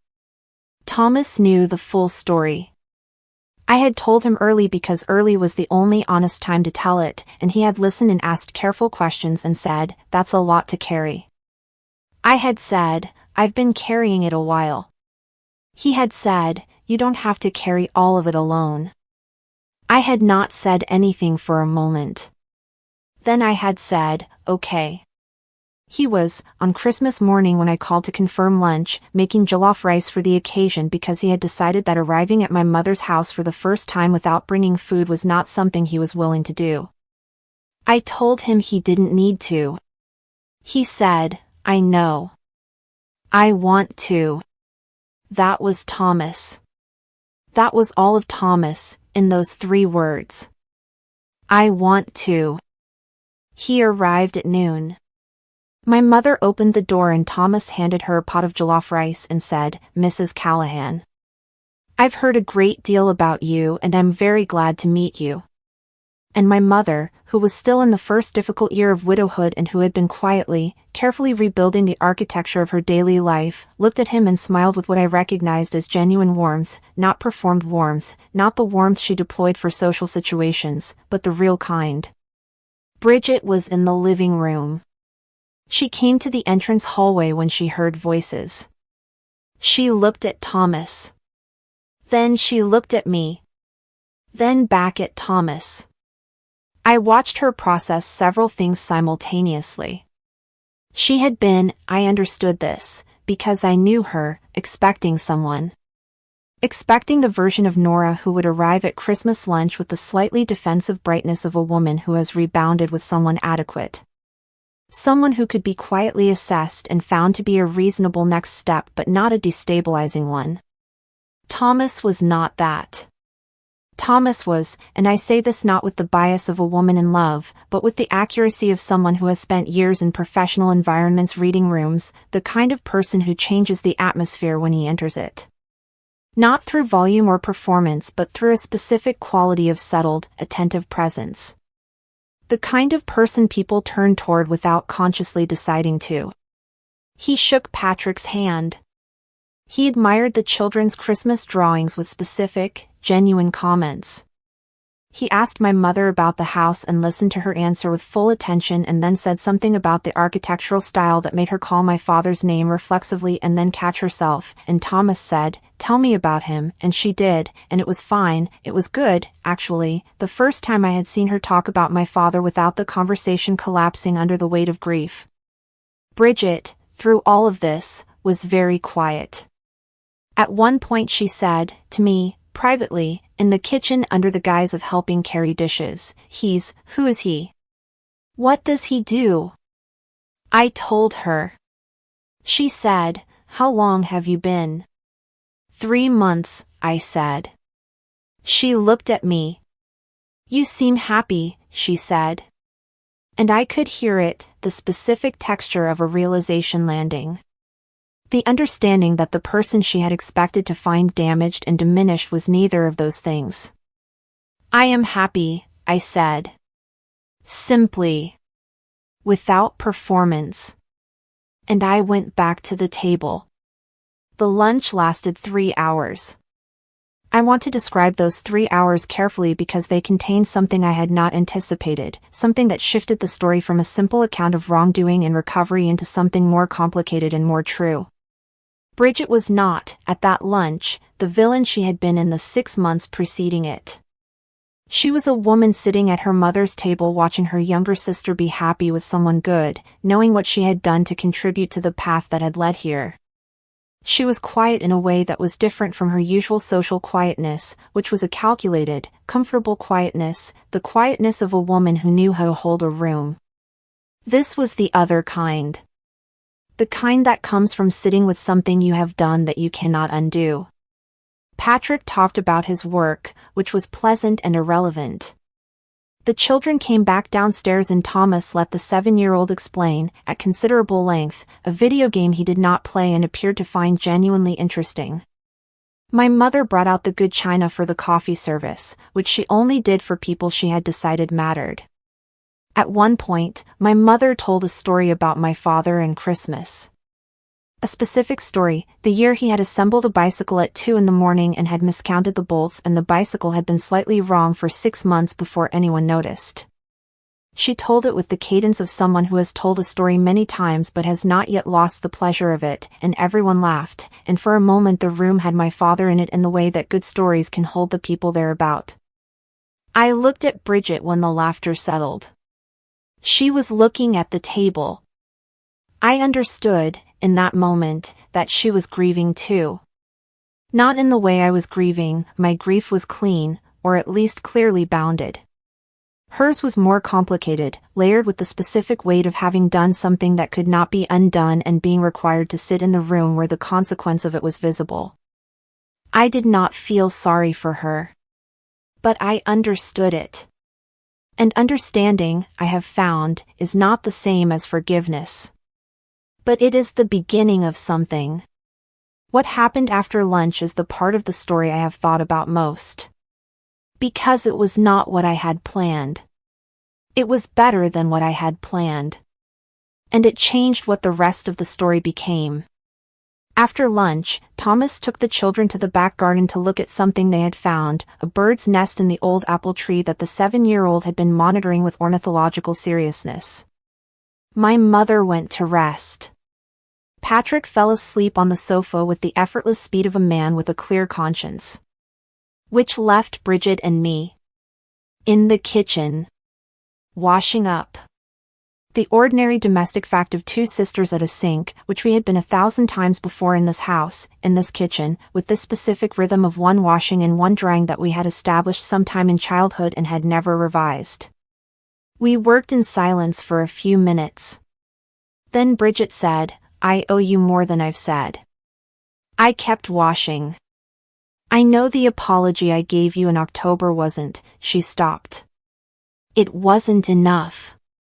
I know that." "No," I agreed. "I don't have a version of what I did that makes it okay," she said. "I've tried to find one. I've been trying since the funeral. There isn't one." I handed her a dish. "Why are you telling me this now?" I said. Not harshly. Genuinely. "Because," she said, and stopped again. "Then, because you walked in here yesterday and you were fine. Actually fine. And I think I had been waiting for you to not be fine." As if that would, she shook her head. "I don't know." As if it would mean something. About what I did. "It would have made you feel better," I said. "Yes," she said quietly. "God, that's terrible." "Yes," I said. She dried the dish. "Set it down." "He's extraordinary," she said. Meaning Thomas. "I know," I said. Is it serious?" I turned off the water. Dried my hands. Yes, I said. She nodded. She was looking at the window over the sink, which looked out into the garden where Thomas was crouching next to the apple tree with two children pointing at a nest and his full attention on what they were showing him. Good, she said. And I believed her. Not entirely, not without complexity, but genuinely, in the base layer underneath everything else. Bridget, I said. She looked at me. I don't know what we are to each other now, I said. I don't know if it gets rebuilt. I'm not ready to say. But I'm not going to carry this as hatred. I don't have the energy for it and it's not what I want. She was very still. What do you want? She said. I thought about it. Time, I said. And honesty. When you have something to say, say it. No more management. She nodded. We went back to the dishes. And outside in the garden, Thomas was laughing at something the 4-year-old had said, and the sound came through the window, and it was, I thought, the right sound for the day. The months that followed Christmas were not simple. I want to say that clearly because the story I am telling could suggest a cleaner resolution than the one that actually occurred, and clean resolutions are not, in my experience, the ones that last. Bridget and Marcus had moved in together in January. I knew this through my mother, who had told me carefully, monitoring my reaction. My reaction was minimal, not performed minimalism, but genuine. What Marcus chose to do with his life was no longer something that touched mine. Bridget and I texted occasionally. Not warmly, not yet, but functionally, logistics about my mother, the occasional family information that needed to pass between us. It was not a repaired relationship. It was the beginning of the long, slow process of assessing whether a relationship could be repaired at all. I was not waiting on that process. I was living alongside it. Thomas and I spent the winter largely together. We had, by February, reached the particular ease of two people who have tested themselves against real things and found that what they have holds. We talked about everything, our work, which intersected in ways that continued to generate interesting conversations, and the things that existed underneath the work, the things that matter more than work but are harder to get to. He had met my mother 3 more times by spring. She called him Thomas the engineer, which was not something she had decided to call him, it had simply emerged from the way she talked about him and stuck. Thomas found this entirely acceptable. In March, I was asked to speak at a regional environmental conference. The invitation was based on work my team had published on aquifer remediation, a paper I had spent 8 months writing that had been accepted by a peer-reviewed journal and had generated more response than I had expected. The conference was in Albany. And among the registered attendees, whose list I had been sent in advance for speaker coordination, was a name I recognized. Marcus Cole. He worked in environmental compliance at a private firm. I had known this but had not thought about it in the context of our professional worlds overlapping. Environmental science in upstate New York was a smaller field than it appeared from the inside. We had been careful, while we were together, to keep our professional networks mostly separate. We were not, it turned out, going to be able to maintain that separation indefinitely. I called Thomas that evening. His name is on the attendee list, I said. Are you okay? He said. Yes, I said. I just wanted to tell you before you heard it another way. What are you going to do? Speak at the conference, I said. Because that's what I was invited to do. Thomas was quiet for a moment. Do you want me to come? He said. I thought about it. Yes, I said. Then I'll come, he said. And that, as it turned out, was the right call. Because what happened at that conference was not something I had engineered or planned. It was simply, the truth, visible in a room, doing what truth does when it is finally in the right light. The conference was on a Thursday in March. I spoke in the morning session. My presentation was on aquifer contamination modeling, specific, technical, detailed, the kind of presentation that plays well with an expert audience and signals clearly, to anyone paying attention, what level of work you are doing. I had practiced it twice and knew it well enough that I could be present in the delivery rather than just executing it. Thomas sat in the fourth row. He had not announced himself. He was simply there, in a good jacket, with his notebook, attending the session as a professional with a relevant interest. Which was entirely true. I did not look at Marcus during the presentation. I was aware of where he was sitting, second row from the back, slightly to the left, the way you are aware of things in a room that you have chosen not to focus on. But I did not look at him and I did not modify anything I was doing because of his presence. The presentation went well. The Q&A that followed went better. There were good questions, the kind that come from a room of people who actually understood the work, and I answered them directly and with, I think, the particular authority of someone who has spent a significant amount of time on a problem and knows it from the inside. Afterward, in the corridor outside the session room, I was approached by several people. Colleagues, potential collaborators, the editor of the journal that had published the paper who wanted to discuss a follow-up piece. Marcus found me 40 minutes later. He looked, I will be honest, worse than he had at the funeral. Or rather, he looked like a man who had made a series of choices and was living with the specific texture of how those choices had turned out. There was something slightly deflated about him. Something that had contracted. Nora, he said. Marcus, I said. Thomas was 10 feet away, talking to a civil engineer from Syracuse. He had noticed Marcus' approach. He did not intervene. He simply remained where he was, visible, present, and entirely unconcerned. Marcus glanced at Thomas. Then back at me. He started. Yes, I said. Not unkindly. Just efficiently. He nodded slowly. The paper was excellent, he said. He meant it, I could tell. Whatever else Marcus was, he was professionally competent and honest about professional quality. Thank you, I said. A pause. I'm sorry, he said. I know I've said that.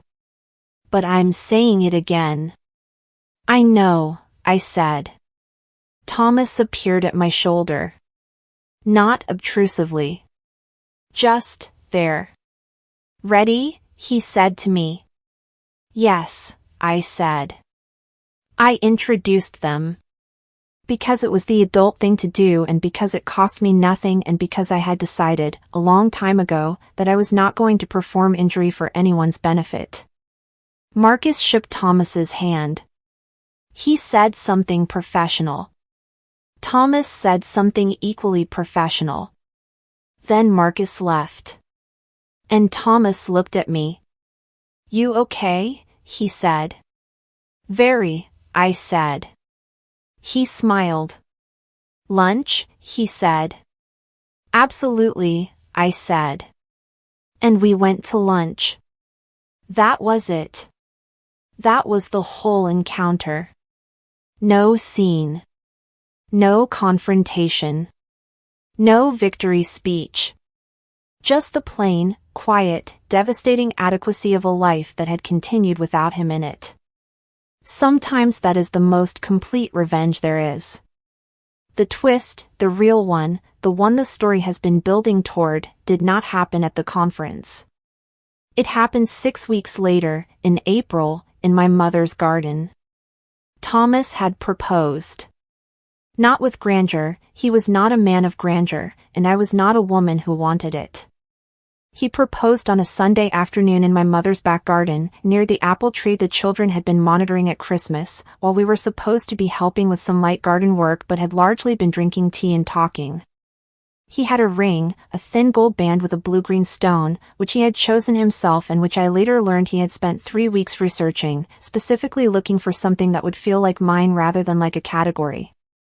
He said, "I would like to do this with you. For a long time. If you're willing."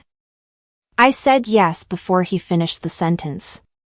My mother was inside. She came out when she saw us through the window. I don't know what she saw exactly, but she came out with the energy of someone who has been watching something happen from a distance and has decided the moment is right to stop watching. She hugged Thomas for a long time. She cried. She went inside and came back with a bottle of wine that had been in the house since my father's last birthday and which she had been saving, she said, for exactly this kind of moment. I called Deirdre. I called 2 colleagues I was close to. I called my mother's sister. I did not call Bridget. Bridget found out 3 days later through my mother, who had, I think, been waiting to see what I wanted before she said anything, and who called Bridget only after I told her it was fine to do so. Bridget texted me that evening. She said, "Mum told me. Congratulations, Nora." I mean that. I read it twice. Then I typed, "Thank you." I meant it too. Not fully, not without everything that lay underneath it. But in the specific layer that could mean something honest, I meant it. That is not the end of the story. The end of the story is what Bridget did next. What she did, I had not asked for, had not anticipated, and which cost her something. Which is, I think, how you know it was real. Bridget called me in May. Not a text. A call. Which in itself was different. In the months since Christmas, our communication had been almost entirely textual, the medium of managed distance. A call was something else. She called on a Tuesday evening. I answered. "I need to tell you something," she said. I waited. "I told Marcus," she said, "that I can't be with someone who did what he did.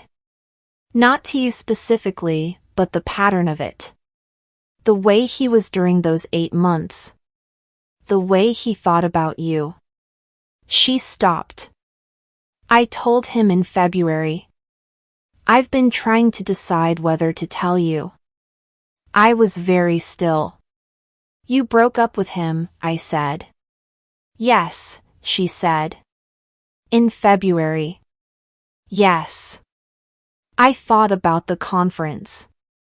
About Marcus in the second row, slightly deflated, living with the texture of his choices. I understood now what some of that texture was. "Bridget," I said. "I'm not telling you for credit," she said quickly. "I'm not. This isn't me asking you to recalibrate how you feel about what happened. It happened. I did it. That's permanent. Then why are you telling me?" A pause. "Because you asked for honesty," she said. "No more management. So I'm not managing this. I'm telling you." I sat with that for a moment. "Okay," I said. "Okay," she said. "Yes," I said. "Okay. Thank you for telling me." We talked for another 20 minutes.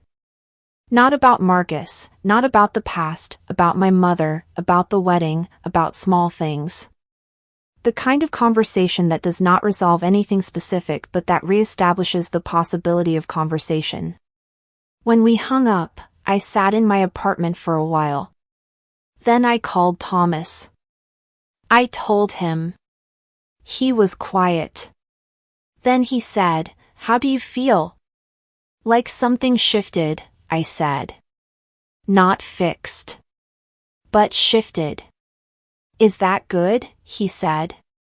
"I think so," I said. "Good," he said. And that was that. Except it wasn't quite. Because there was still the final piece. The one that happened at the engagement dinner. The one none of us had planned. The one that made everything fold back into itself in the way that the best endings do, not neatly, not without complexity, but with the specific, irreducible truth of something that was always going to be this way once all the facts were visible. The engagement dinner was in June. 1 year, almost to the day, after my father's death. My mother had insisted on hosting it. She had, I suspected, been waiting for a reason to fill the house with people and food and the forward-looking energy of a celebration, and this was it. She had cooked for 2 days. She had set the table with the good china. She had, I noticed when I arrived, put a photograph of my father on the sideboard, not prominently, not as a statement, just placed there, in the way that you place a person in a room when you want them present without making the room about their absence. Thomas's mother had flown in from London. Her name was Grace, a small, precise woman with a quality of attention that I recognized immediately as where Thomas had learned it. She hugged me at the door and said, in a tone that left no room for doubt, "He has been very happy since he met you." And then she walked into the kitchen and found my mother, and they introduced themselves, and within 10 minutes were discussing the garden with the intensity of two women who had both been doing it for decades and had strong opinions. Bridget came. She came alone. She had texted me the week before to ask if it was all right, and I had said yes, and I had meant it. She arrived with flowers for my mother and a card for me and Thomas that was, I could tell when I read it later, genuinely written, not a Hallmark sentiment but something she had sat with and put her actual words into. The dinner was good. Loud in the right way, the way dinners are loud when the people at the table are happy and the food is good and someone has told the right kind of story at the right moment. Thomas's mother and my mother discovered they shared a view on a very specific gardening question and were briefly, intensely triumphant about this. Thomas gave a toast that was 4 minutes long and made me cry at the 2-minute mark and laugh at the 3.5-minute mark. My mother's toast was 6 words, "Your father would have loved this." 6 words. I thought, yes. Yes, he would have. And I thought about the text message in the funeral home parking lot. The dress that was slightly too fitted for a funeral. The 11 days. The conversation at Bridget's door. The drive to the new job. The conference. The garden. I thought about everything that had happened in 1 year, everything that had been lost and everything that had been built from the wreckage of that loss. And I thought, this is what you don't see coming. Not the betrayal. Not the grief. This dinner. These people. This particular configuration of love. You don't see this coming because it requires everything that hurt you to be exactly the shape it was in order for you to end up here. And here, improbably, completely, irreversibly, was exactly right. After dinner, Bridget found me. Not in the kitchen this time. On the back step, where I had gone for 10 minutes of quiet air after the intensity of the evening. She came and sat beside me. We sat for a while without talking. Then she said, "I've been thinking about Dad." "Me too," I said. "He would have liked Thomas," she said. "Yes," I said. "A lot. He would have been proud of you," she said. "The work you're doing. The new position. All of it." She paused. "He was always proud of you. I don't know if you always knew that." I looked at her. "He told me," I said. "Once. When I finished my PhD. He said it in the way he said things, which wasn't always," I stopped. "He wasn't always expressive. But he said it. He said it about you more than he said it to you," Bridget said. I heard him. Multiple times. To his friends, to people he didn't think would relay it back. She was quiet for a moment. I was jealous of that. For a long time. I thought he said what he said to me because I was the one who did things the way he expected. And I thought he said what he said about you because you were the one who actually interested him. I had not known this. I sat with it. That's not, I started. I know, she said. I know it's not a reason. I'm not offering it as a reason. She exhaled. I'm trying to do the honesty thing. No management. Okay, I said. Okay, she said. We sat on the step in the June evening and the light was low and somewhere inside the house I could hear Thomas laughing at something Grace had said. Are we going to be okay? Bridget said. Not with expectation. Just the question. I thought about it honestly. I don't know yet, I said. But I think we're going to find out. She nodded. That's enough, she said. Yes, I said. For now, it's enough. I want to tell you about the moment at the dinner, the specific moment when I understood what the year had actually been about. It was not a dramatic moment. It did not announce itself. Thomas and my mother were at one end of the table, and Grace and one of my mother's oldest friends were at the other end, and Bridget and Patrick were in the middle, and the children, who had been allowed to stay up past their bedtime on the logic that this was a special occasion, had fallen asleep on the living room sofa in the boneless, complete way that children sleep. And for a moment, I was outside it. Not outside the room, I was at the table. But for a moment I had the particular perspective that sometimes comes at the most ordinary moments, the capacity to see the thing you are inside as if you were watching it from a distance. I saw my mother at 62, in the first year of her widowhood, hosting a dinner in the house she had shared with my father for 38 years, and I saw her laughing. I saw Thomas, who had driven 40 minutes to his first family Christmas with a pot of jollof rice because he didn't want to arrive empty-handed, and who was now at my mother's table as if he had always been there. I saw Bridget, who had done something unforgivable and was sitting at the table anyway, working on the long, unguaranteed project of becoming someone who deserved to be there. And I saw my father's photograph on the sideboard. Not looking at any of us. Just there. In the room. Part of it. And I thought, he built this room. Not literally, not the table and the walls and the good china. But the room itself. The capacity for this kind of gathering. The habit of celebration. The idea that a table was a place where people were supposed to look at each other. He built this, and it survived him. The way things built with love tend to survive. And I was sitting in it. And it was full. And I was going to marry a man who made jollof rice for first meetings because he wanted to.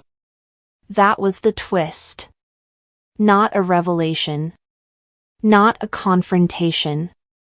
Not a document with revert in it or a text sent to the wrong number. The twist was the dinner. The twist was the room. The twist was that the worst year of my life had also, quietly, entirely without my permission, been the year that showed me what I actually had. I had not planned this. No one had planned this. It simply happened, the way the best things happen, in the space that opens up when the thing you thought you needed is no longer there. I need to tell you what I did with the text message. The one that started everything. The wrong number text that Marcus had sent to me instead of Bridget in the parking lot of the funeral home. I had kept it. In a screenshot, filed in a folder on my phone that I had labeled, with a certain wry precision, as reference material. For a year, I had thought about what to do with it. Whether to do anything with it. In the early months, I had considered whether it constituted evidence of something I needed to use. Later, when I understood that there was nothing legal to use it for, I had simply held it. In June, the night after the engagement dinner, I deleted it. Not dramatically. Not with ceremony. I just opened the folder, looked at the screenshot one last time, and deleted it. And then I sat with the clean feeling of that for a while. I thought about what the text had set in motion. The 11 days of clarity. The withdrawal from the joint account. The lawyer. The conversation with Marcus. The conversation with Bridget. The job application I had re-engaged with while still carrying grief and a destroyed engagement and the specific exhaustion of maintaining dignity through all of it. The job. The move. September. 2 people in a site meeting going through technical documentation with the concentration of people who take their work seriously. Thomas. 1 text message, sent to the wrong person. And everything that followed. I do not believe in fate in the easy sense. I am a scientist by training and temperament, and I resist the comfort of the idea that things happen for a reason in any cosmic sense. But I do believe, and this is something Thomas and I have talked about, in the specific way we talk about things that matter, with the full attention we both bring to the work in front of us, I do believe in what you make from what you are given. You are given a parking lot and a text message at a funeral. You make, from that, 11 days of clarity, a lawyer, a job, a move, a dinner in September, a proposal in April, a ring with a blue-green stone. You make a room full of people who love each other in various degrees of complication and completeness. You make a life that is, by every reasonable measure, more yours than the one that was lost. That is not justice, exactly. Justice implies a reckoning, a balancing of accounts. What I have is not that. What I have is better than that. I have what I actually wanted. I just didn't know what it looked like until it was in front of me. Now it is in front of me. And I am not looking away. We got married in September. Not in upstate New York. In London, which was Thomas's city, the city his mother still lived in, the city that had made him before he had become the person who drove to site meetings in upstate New York and ended up in my life. We had decided, without a great deal of debate, that the wedding should be where it made the most sense, and it made the most sense there. My mother came. Deirdre came. 3 colleagues came. Grace presided over the whole thing with the dignified authority of a woman who has been waiting for her son to do this for longer than she had publicly admitted. Bridget came. She sat in the 3rd row. She was alone, the separation from Marcus was quiet, unremarked upon in any formal way. She was different from the woman who had given a toast at the engagement party a year and a half earlier, not dramatically different, not transformed in any cinematic sense, but quieter, less armored, working on something. She cried at the ceremony. I noticed this. I let myself notice it without deciding what it meant. Afterward, she hugged me. I'm glad I'm here, she said. I'm glad you're here too, I said. And I meant it. In the specific, complicated, honest way that I mean most things, not purely, not without everything underneath it, but genuinely. We danced at the reception. Thomas danced badly and knew it and did not care, which was exactly correct. My mother danced with grace, which no one had anticipated and which became the story everyone told afterward. Thomas's speech was 7 minutes and made everyone in the room cry at some point. Mine was 4 minutes and I managed to get through it with composure until the last 30 seconds, which were about my father, and then composure was no longer available. I said, he would have loved this day and he would have loved you and I wish you had met each other and I am going to spend the rest of my life telling you everything about him. Thomas held my hand. The room was full of people who had come a long way to be there. It was not the wedding I had been planning when my father died and my sister's betrayal arrived as a text in the wrong inbox in a parking lot at a funeral home. It was not the wedding I would have written for myself a year earlier. But it was mine. Entirely, completely, irreversibly mine. Built from the specific materials of everything that had happened and everything I had made from it. And somewhere, in the clear September light of that London room, I thought about the parking lot. About the grief and the text and the 11 days of clarity that followed. About the job that was waiting because the right moment arrived at the right time. About Thomas in the fourth row at a conference with his notebook, attending with full attention. About the ring with the blue-green stone on my hand. About my father's photograph on the sideboard in the gray stone house. About Bridget in the third row, working on something. About my mother dancing. About rooms being full. About what survives. Everything survives, if you carry it correctly. The grief. The love. The loss. The impossible, specific, unrepeatable luck of being in the right place when the right person is also there. All of it survives. You just have to be willing to carry it long enough to find out what it becomes. I am willing. I always was. That is the end of our story. Let me your views on these questions. I deleted the screenshot, the wrong number text that started everything, a year and a half later. I never used it as evidence, never weaponized it, just deleted it when I was ready. Do you think I was right to let it go, or should I have kept it? Lastly, we have watched 4 stories tonight. Which one are you still thinking about right now, and which moment from any story tonight will you remember the longest?